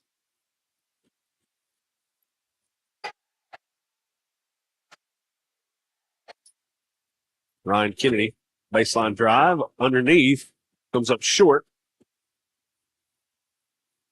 Shots are there. They're just not falling right now for us. He's got to stay with it.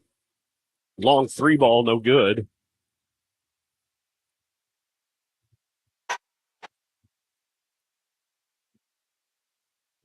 Henson will clear it for the Leopards. They got numbers if they want them. Kennedy, baseline drive, up and in. Kennedy for 2. Almost. He almost did it. Yeah, I thought he was going to throw that one down, but goes with the aggressive layup there, we'll call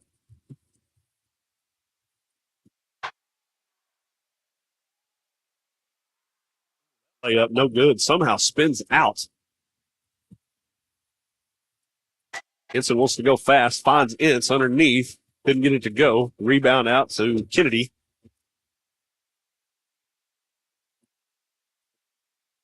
Henson will slow the pace here. Kicks over to Jaden Watts. Watts directing orders. Kicks down low.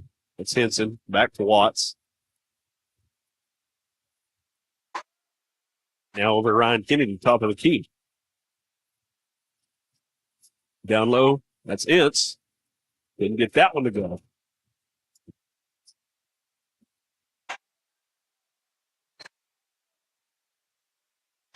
Or a big time swap there, Ryan Kennedy.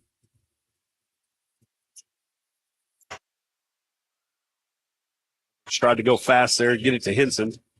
Just had to keep that one in bounds there.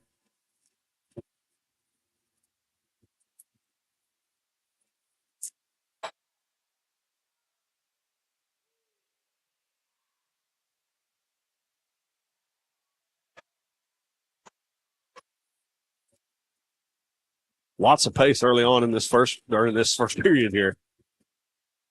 And Comanche wants a timeout here to talk it over. Down to 1:31 to play, first period. 6-4 Indians lead. We'll keep it here. Just a 30-second variety.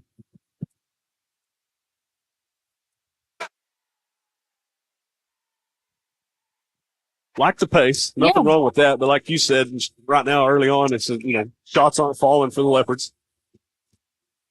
No, I mean, I think Kennedy's missed, 2 underneath. And, being 6'6", that's usually not the case for the big man. But we're 2 for 10 from 2-point land right now. just gotta stay with it. And Top will very come off unusual eventually. for us. Right.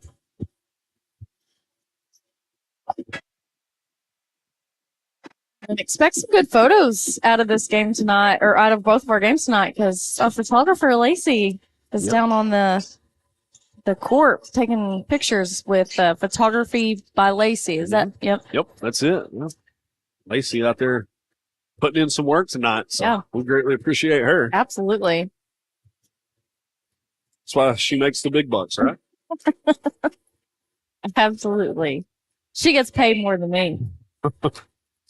Indeed. Down to 105 to play. 6-4 Indians leading. Drive there. Big time swat. That's Andrew Register. And Register with the block. Leopards couldn't corral it. 3 ball too long. And the rebound. Register pulls down the rebound. And as you mentioned, I've missed a handful of games. This is the first time I've seen Andon on the basketball Yeah. court this season. Yeah, we saw him for the first time. I believe we see him in Davis for the first time. You've missed a lot of basketball. Sometimes it just don't pan out with the real job. So What are you talking about? This is our job. down to 45 seconds. Kennedy kicks to Henson. Henson's going to slow the pace. Leopard's going to take the last shot here, it looks like.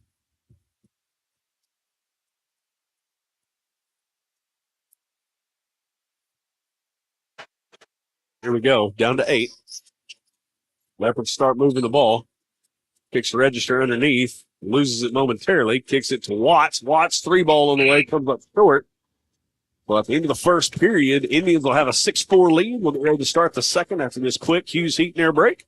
You're watching Leopard basketball live on the Leopard Sports Network.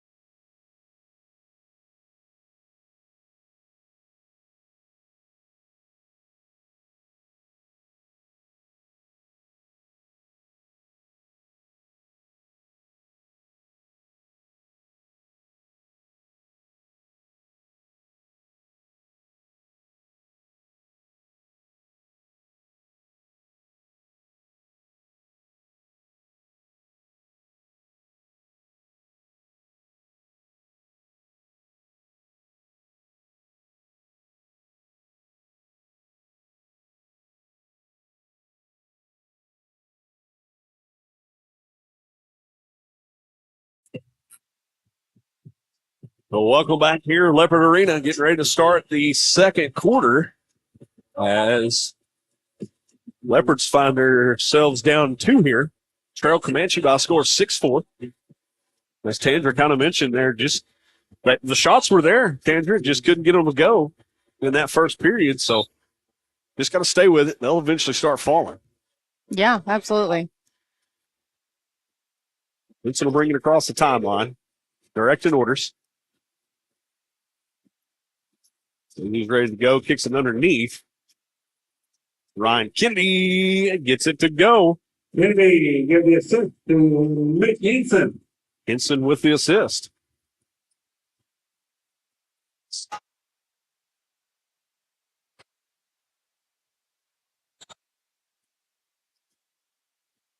Oof, dangerous pass there, especially with the speedster Henson. Yeah, absolutely. He's pretty quick on his toes. I'm telling you, I would have loved to have seen the kid on the football field at some point, but it's not his cup of tea. He's a basketball, baseball guy. Yeah.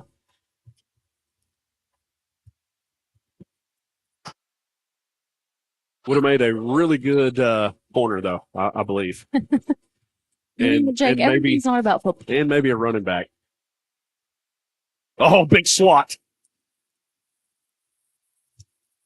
Ryan Kennedy, that's his second block of the night. Could you imagine that 3-headed monster, though, at running back? You'd have Ty Ferguson, Jake Vaughn, And Mitchell Henson, mercy. Yeah. That would have been tough. Really, really tough to contain, but not the case. Then if you sit here and watch Henson, he doesn't. That's a block steal. I mean, the kid, he's an athlete. It's unbelievable how quick he is. He's got quick feet. He's got quick hands. He's always moving. Yes. And on the defensive end, he doesn't sit still. He's bouncing up and down. He's more. That's what I was going to say. He make can the jump play. out of the gym. I mean, Yeah. I'm surprised he hadn't had a dunk at some point. Mhm. Maybe in practice at some point he's got one to go, but he knows better in the game. Bryson Watts, 3-ball, nearly gets it to rattle home. Not the case.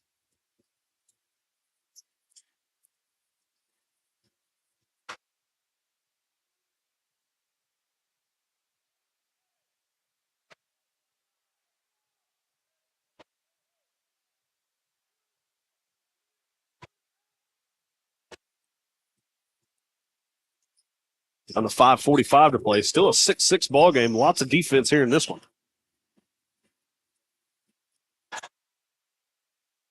Baseline drive, loses it out of bounds. That'll go over to the Leopards.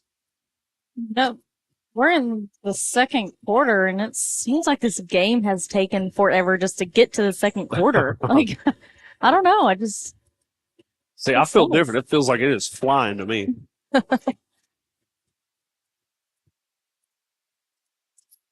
maybe because I've been watching a lot of basketball today. Could be some of it. What was you here, like 8:30? No, I don't even get up that early. Did they have to unlock the gym to let you in? No, not today. Kennedy comes up short there. Couldn't get it to go. I really wanted to watch that Bethany game. I wanted to see those Yeah. Bethany girls. You know, they did play Crooked Oak, and the score's like 82-10. So they're And that's not an exaggeration. no, That was a legit number. they hung 78 on Newcastle Tuesday night, Wow. and And Newcastle's 5. 5A, Yeah. and they're coming off of a state championship. Uh-huh. So a couple years ago or last year, I can't remember. But either way, some of those girls won a state championship. Yeah.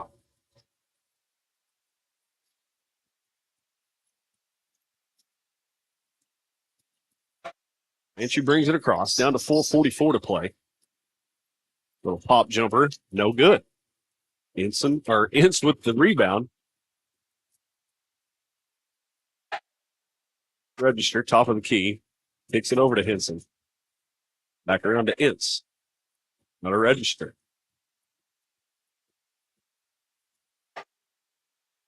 They're not afraid to leave him wide open. I'm surprised he didn't take a 3 there. Drives, kicks it to Ince. Thought Ince might have got fouled Yeah, there. I agree. And Caleb is very good about being, I guess you could say, dramatic. I guess you could use that, and getting those fouls called on him. Yeah. The ones that are questionable that could be, but he's really good at making it look like that. Caleb could have an acting career after school, you know? Yeah, absolutely. I mean, he does a good job of selling stuff. Absolutely. So nothing wrong with that. Underneath, there's Ince. Good make there from Henson. Negative Ince for 2. Comanche just lost track of Caleb. So 8-6 with 3:25 to play in the first half. Wide open 3-ball. Off the back iron, no good. Strong rebound there, Andon register as he had one arm locked behind him. Did Good. you? This is the first time you have gotten to see Andon play. Basketball-wise this year, yes. Okay, well, after I seen him play the first couple of games, I can't remember who I was calling with, but I kept telling him how I enjoy watching him play basketball because he is so tough and he just hustles. And honestly, he's not going to give up. Right. He's not going to give you the ball, and he's so strong. He just takes it from him. Well, again, to go back to the football side of things, Henson with the baseline drive gets it to go and one.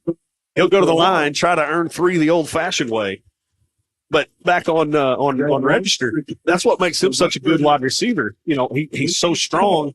most corners that are, have him in coverage, he's stronger than them, a bit taller than them, and he could just go up and high point the ball. And we've seen it a handful of times this past football season. And obviously he's doing it here on the basketball court. As Register will check out. Ferguson will check in for Caleb. So Ty Ferguson now in the game, and good to see Bryson Watts back out there as well. I do believe he's got an ankle brace on now. That shot didn't go.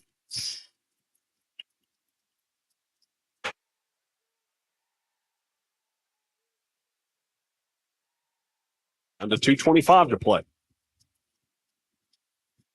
Leopards lead 11-6.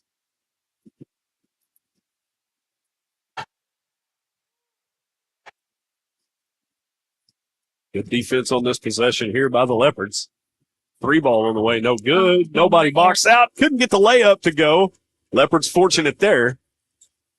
As Henson will control it and bring it across the timeline. Down to 2 minutes to play, first half.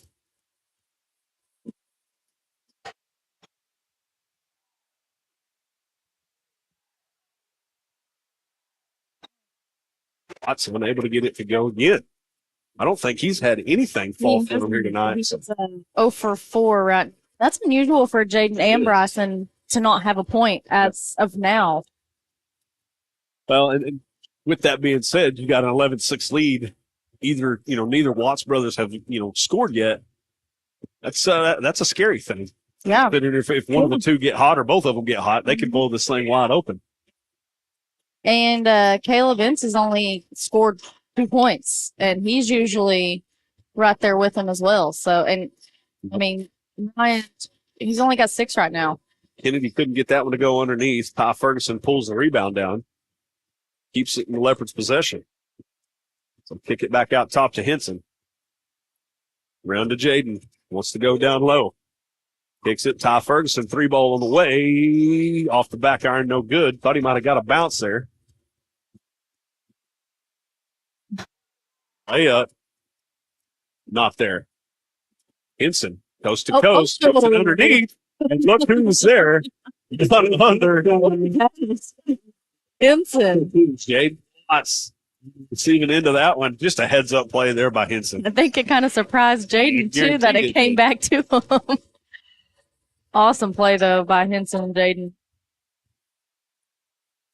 Good defense over there on the far side corner. Comanche wants to talk about it as they trail now with 30 seconds to play in the first half by a score of 13-6. We'll take a quick Hughes Heat and Air timeout. Don't go anywhere. You're watching Leopard basketball live on the Leopard Sports Network.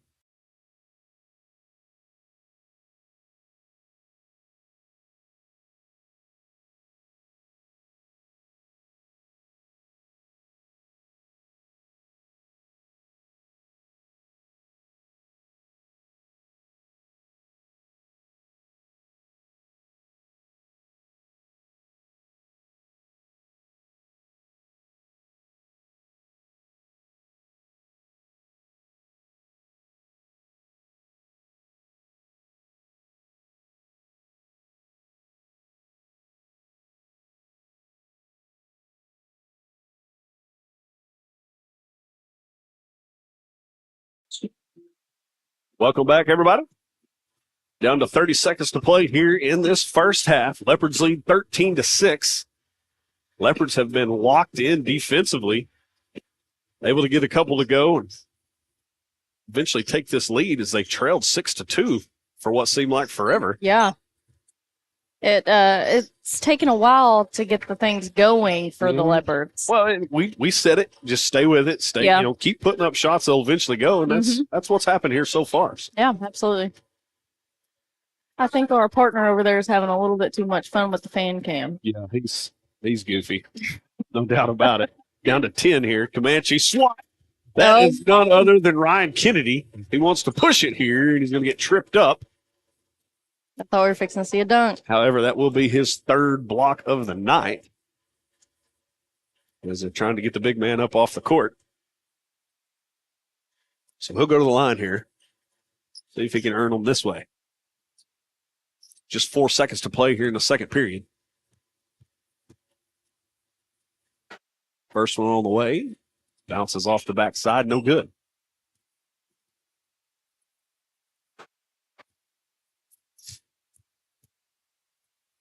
Second one. Knocks it home.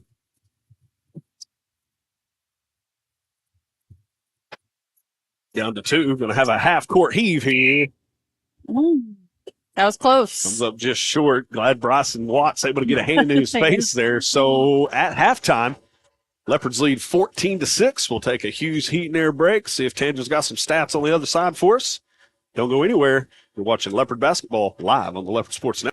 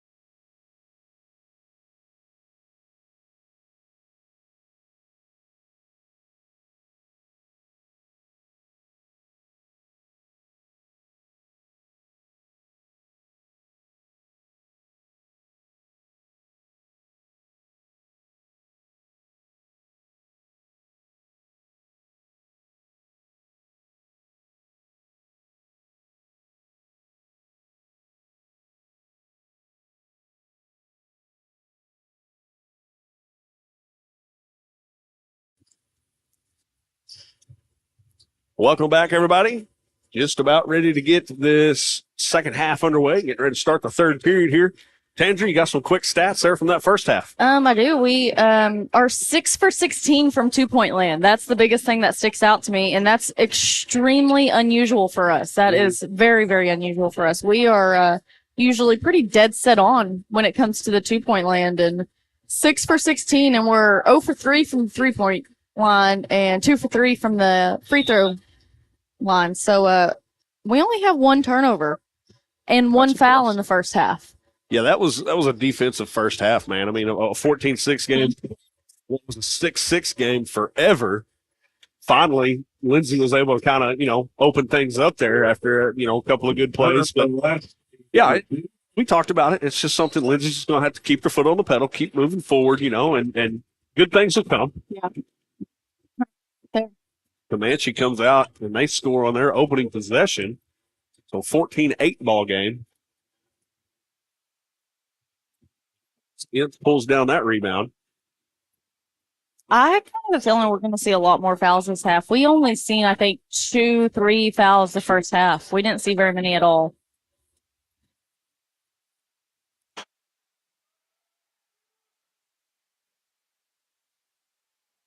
Kennedy thought about a 3, checks it down. It's in and out, no good.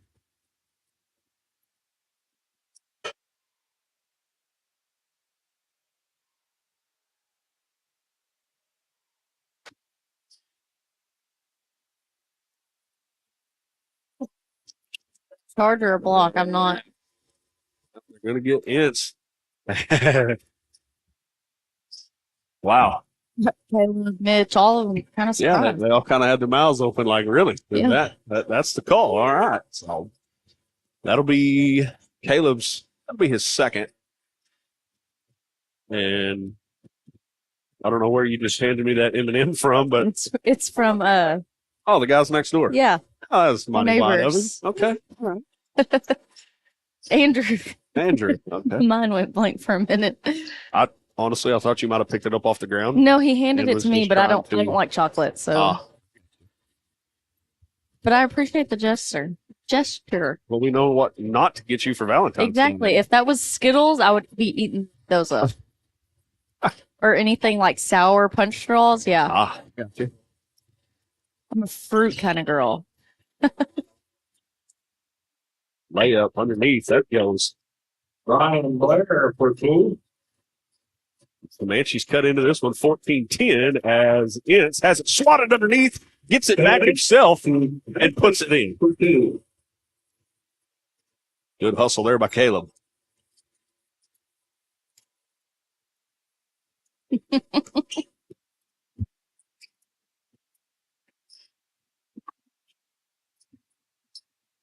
Baseline.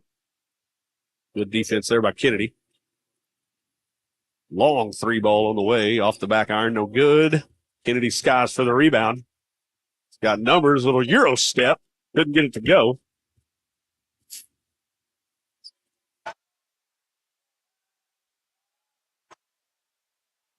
Like a jump ball shot right there. They all had hands on it.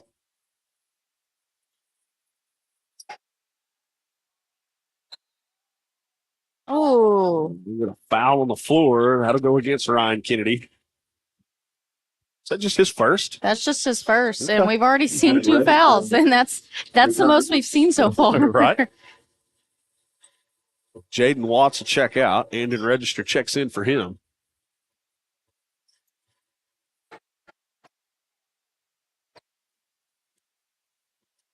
And the head coach for Comanche has changed his top. He was wearing red on black. Now he's black on black. Oh, So see if he can change his luck for his guys here. trying to So get far, some so good. good juju out, Right? but he is still down by 6, though. Nothing wrong with being a little superstitious. Yeah, that's why you keep the shirt on.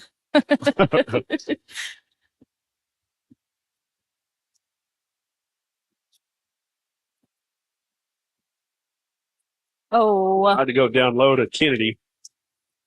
Couldn't get it to him. Comanche comes up with it.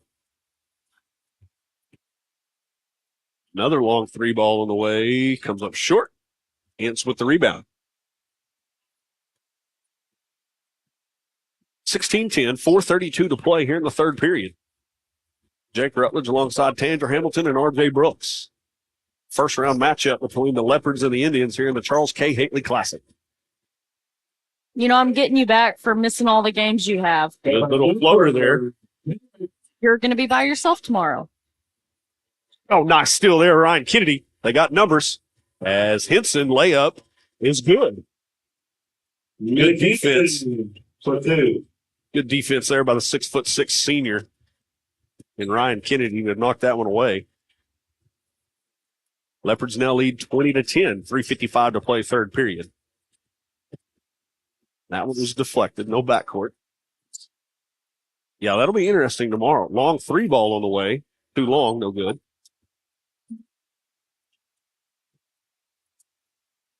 That'll be interesting tomorrow with whether I'm flying solo or Kennedy got that one to go. Him, Charlie, and Warren. What? You Dietrich on board with you tomorrow. Yeah, we could maybe lure Dietrich over. He's a good stats guy. He pays attention a lot better than me. Yeah. Comes very natural to him. Absolutely. It's like he's played the game or something.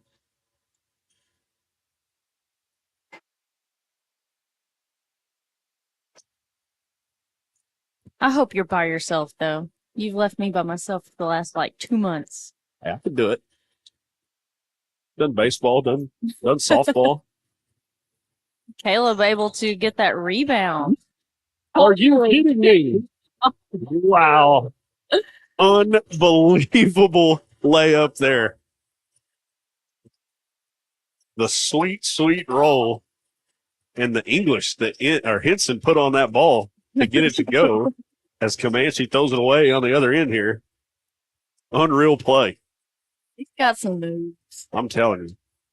He's so fast and just his quickness and the way he can jump. It's just out of this world.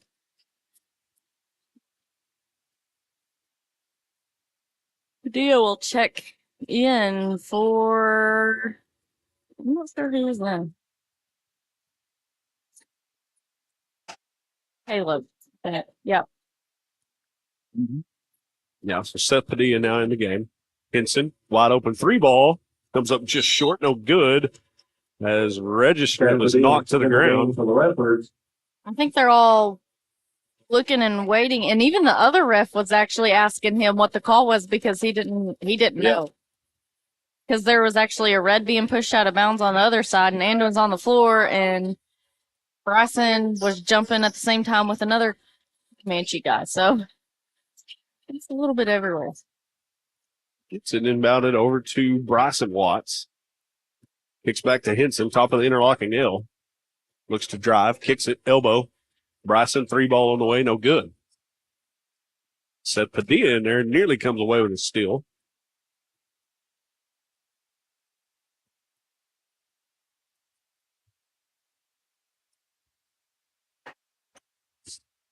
.232 to play. Leopards have clawed out in front here by 14, lead 24-10.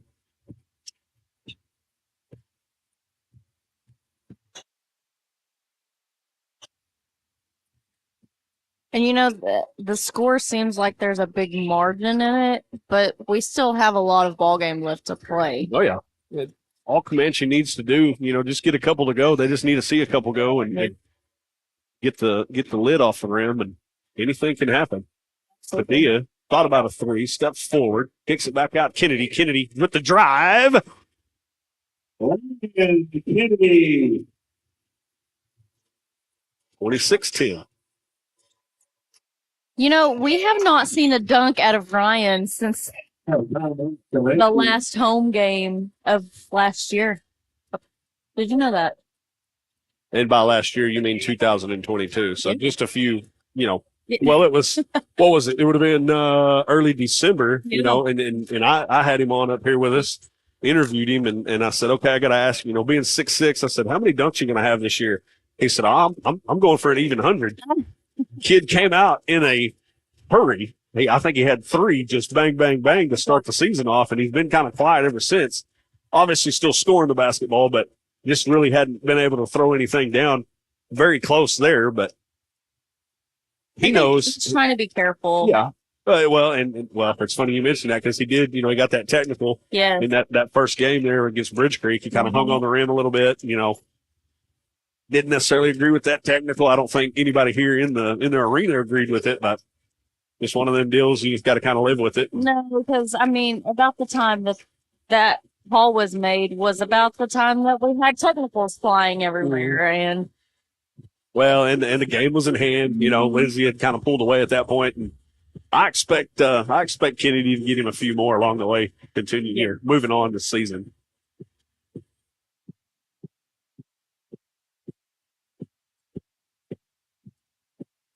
So out of the timeout, 1:45 to play. Leopards on top big, 26-10.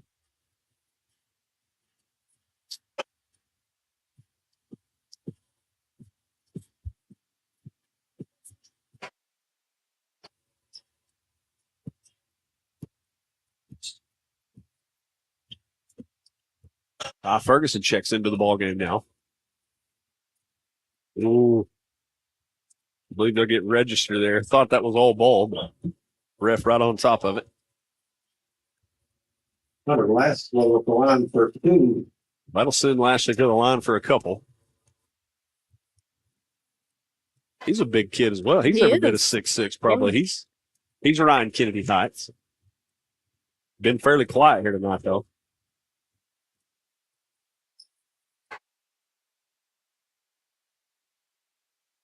Lashley converts the first and the second.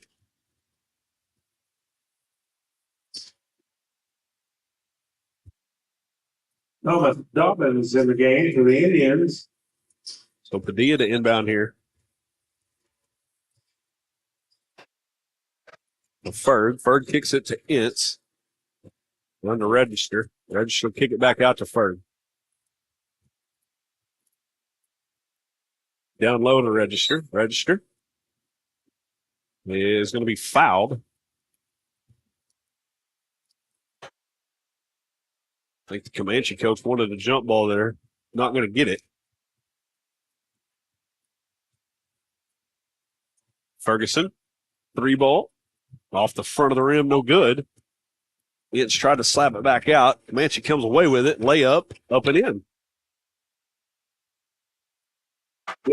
Ellis. Go.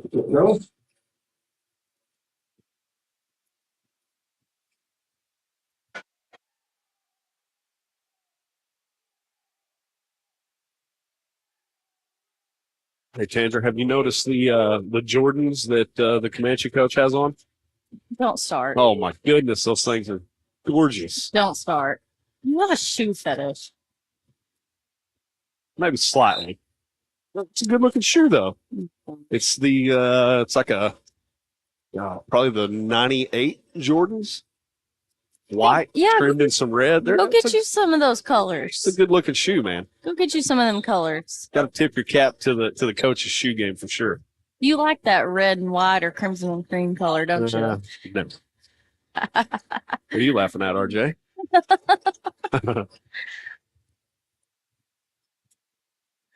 Don't let him lie. He's a big OU fan. Padilla down the lane gets that one to go. Nice little layup there from Seth.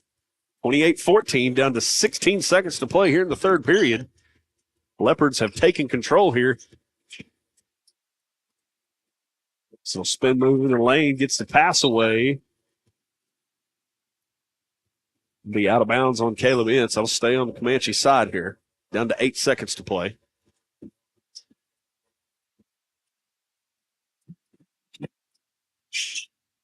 Got to get it in. I bounced it off the backside of Ferguson. Leopards come away with it, though. Watts, long 3 ball. And Ferguson was nearly able to get that short and put it back up, but not the case. Leopards will take a 28-14 lead into the fourth quarter. We'll take a quick break. Hughes Heat and Air timeout. Don't go anywhere. Fourth and final quarter coming up. You're watching Leopard basketball live on the Leopard Sports Network.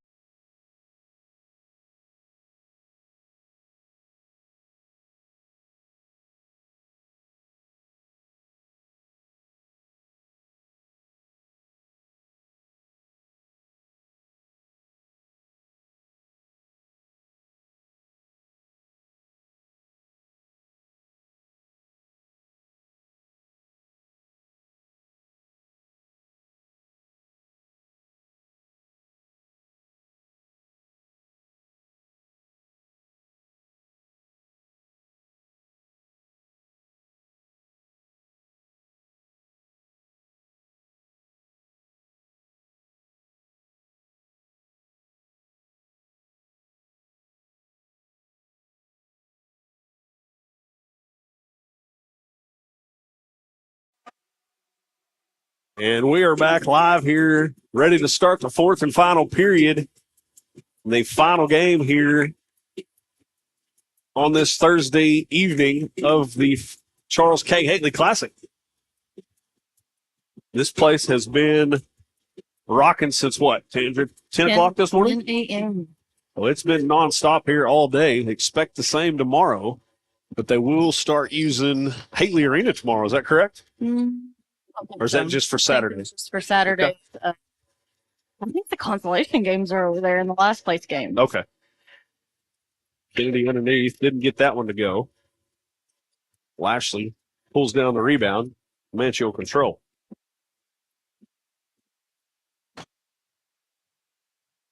Shot no good there. Ince pulls down another rebound.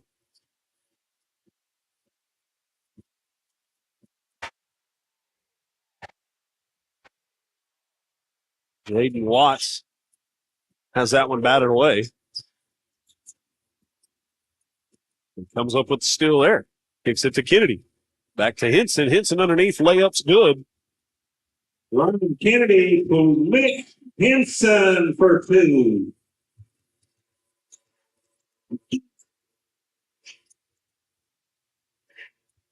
Long 3 ball. Finally, Comanche able to knock one down from 3-point distance. Blaine Cook for 3. Check that. I believe that is their second of the night. They got one early on.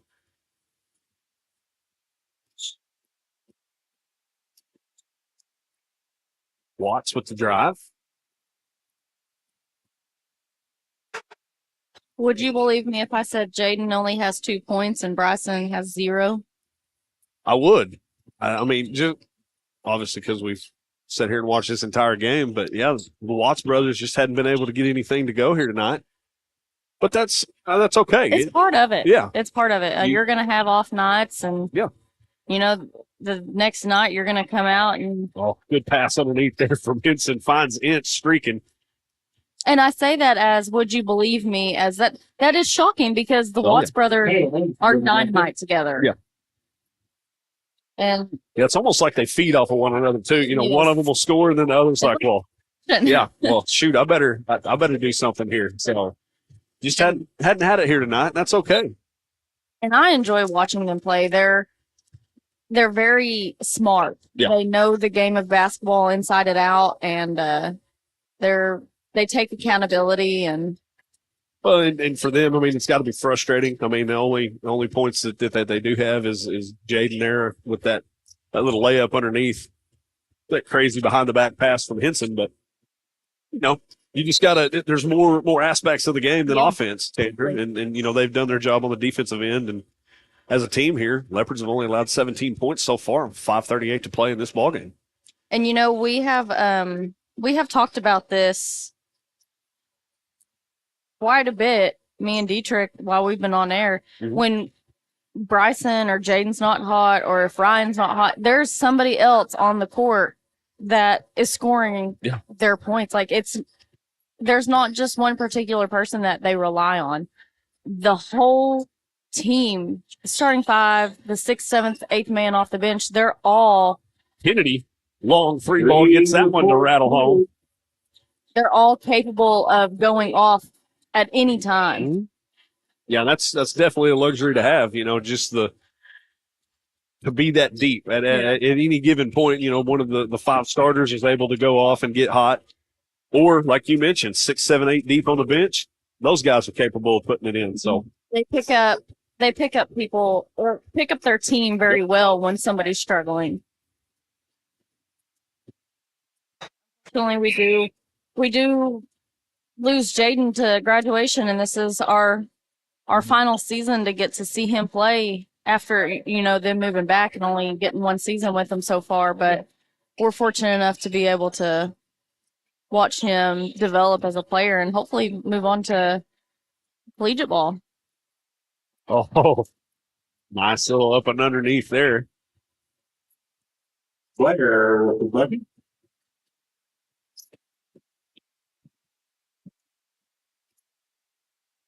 Henson still going 150 mile an hour as always. Absolutely. Register top of the key.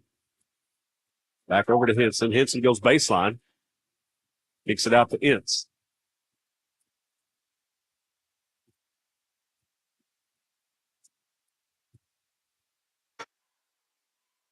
Henson, 3-ball. Got it. 3-point, Mitch Henson. And tonight's just Mitch Henson's night to be the one that's on fire. Yep.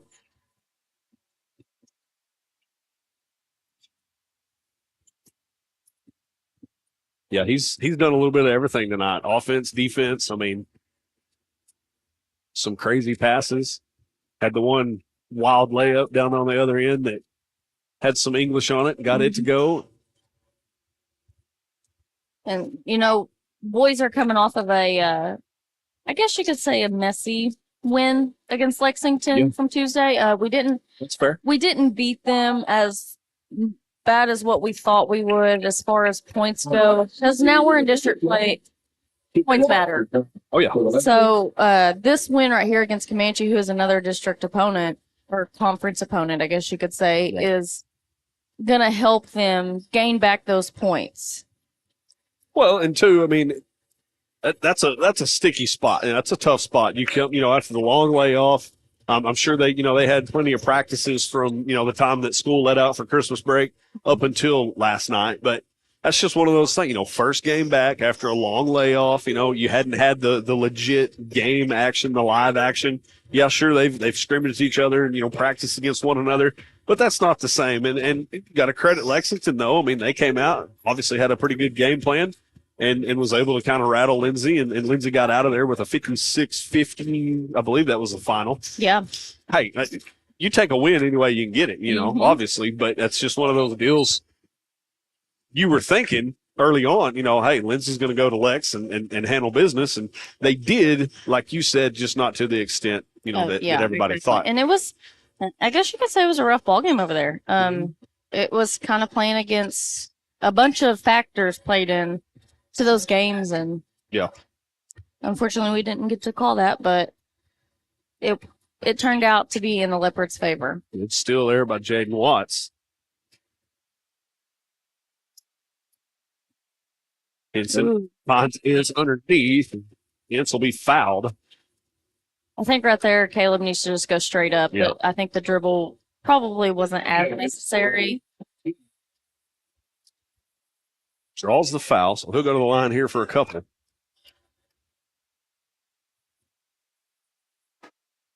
Down to 2:38 to play. Leopards lead 38-21. Caleb's first is true.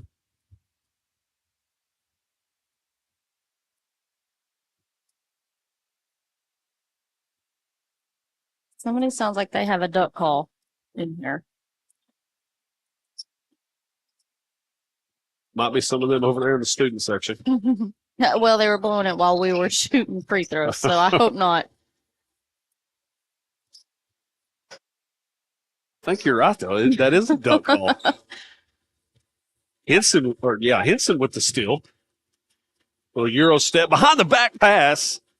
Yeah, there's going to be a foul on the floor before the shot. As Kennedy got the layup to go. Some scores around our area. Purcell boys just now got started, so they're playing Verdigris right now, and they're leading 3-0 with it just starting. So sounds like they're off to a good start over there for Purcell. It ended up being a late one. Yeah, Marlowe and Kingston hasn't started yet. Now is that in the Purcell tournament, or are they? Sure.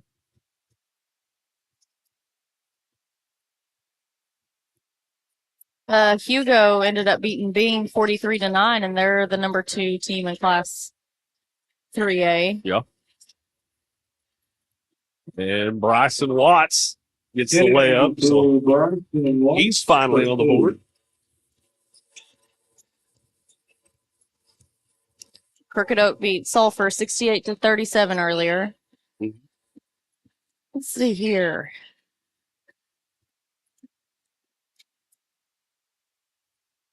Free ball from the corner, no good. Jaden Watts pulls down the rebound. Henson walking across the timeline. Minute 30 to play here in this one. Leopards lead by 20, 41-21. Toka, I know that's kind of way far out of our coverage and stuff, but there's a good potential possibility that we could get sent to Atoka for district play. As far as what's going to happen, I think it's going to come down to probably our girls, seeing how they finish. Yeah. For as far as where we get sent, our boys will probably get a good district matchup. So we'll see. I think we're definitely probably going to have to travel. Yeah. Yeah, ideally you'd like to obviously be here at home, friendly confines of Leopard Arena, but as you said, there's so many different factors that, that do eventually factor in. People wouldn't think that the girls would affect the boys or the boys would affect the girls. Yeah. But it does. Ultimately, if our boys stay in the top 10 of the rankings, it could affect the girls worse than it affects. We could get sent to a non-ranked boys team, but the girls team could possibly be ranked in the top 5. So just have to see how it all plays out. I mean, we do have a long season, but it's kind of wrapping up quickly. I mean, we're already in January. Obviously we're 5 days into it, but it'll be gone before we know it. And, you're into February, then come March, it's all of a sudden, it's playoff basketball time. So yeah. And it's going to be early March. We're not going deep into March. So realistically, we have about a month and a half left in basketball. So both teams here, mass substitutions.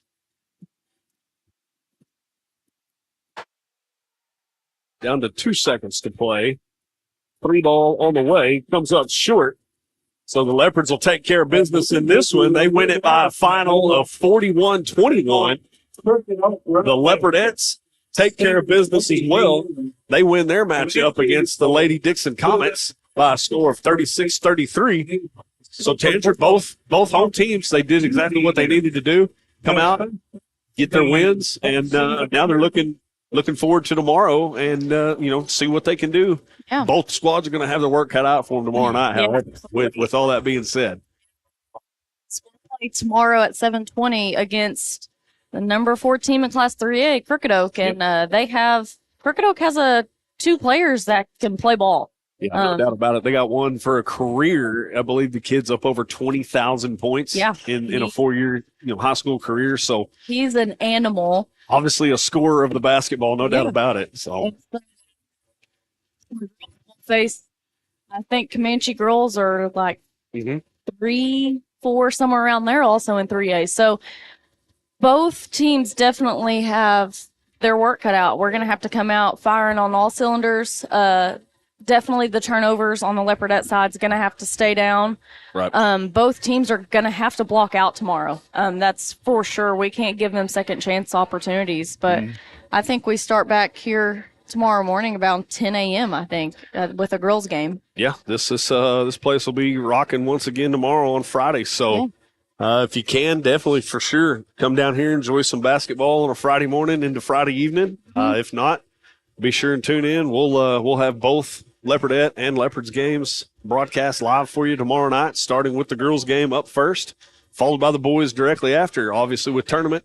They're scheduled for 6 and 7:20, I believe the numbers are. So we ended up being about 30 minutes late tonight. That's just kind of part of it. So but if you want to see some really good basketball against some ranked, our Leopards are ranked. So if you want to see some ranked basketball, Lindsay's the place to be tomorrow. No doubt about it. So for Tanger, for RJ, guys, had fun. Great job as always. Again, Leopards and Leopardettes take care of business. Notch of victory. Hopefully for both squads, it's a long weekend and they're playing Saturday night for a Hately Classic Championship. But long way to go here. It will shake itself out though as we move forward. So with all that being said, we're going to go ahead and say goodnight here from Leopard Arena. We'll catch you tomorrow afternoon. Good night, everybody.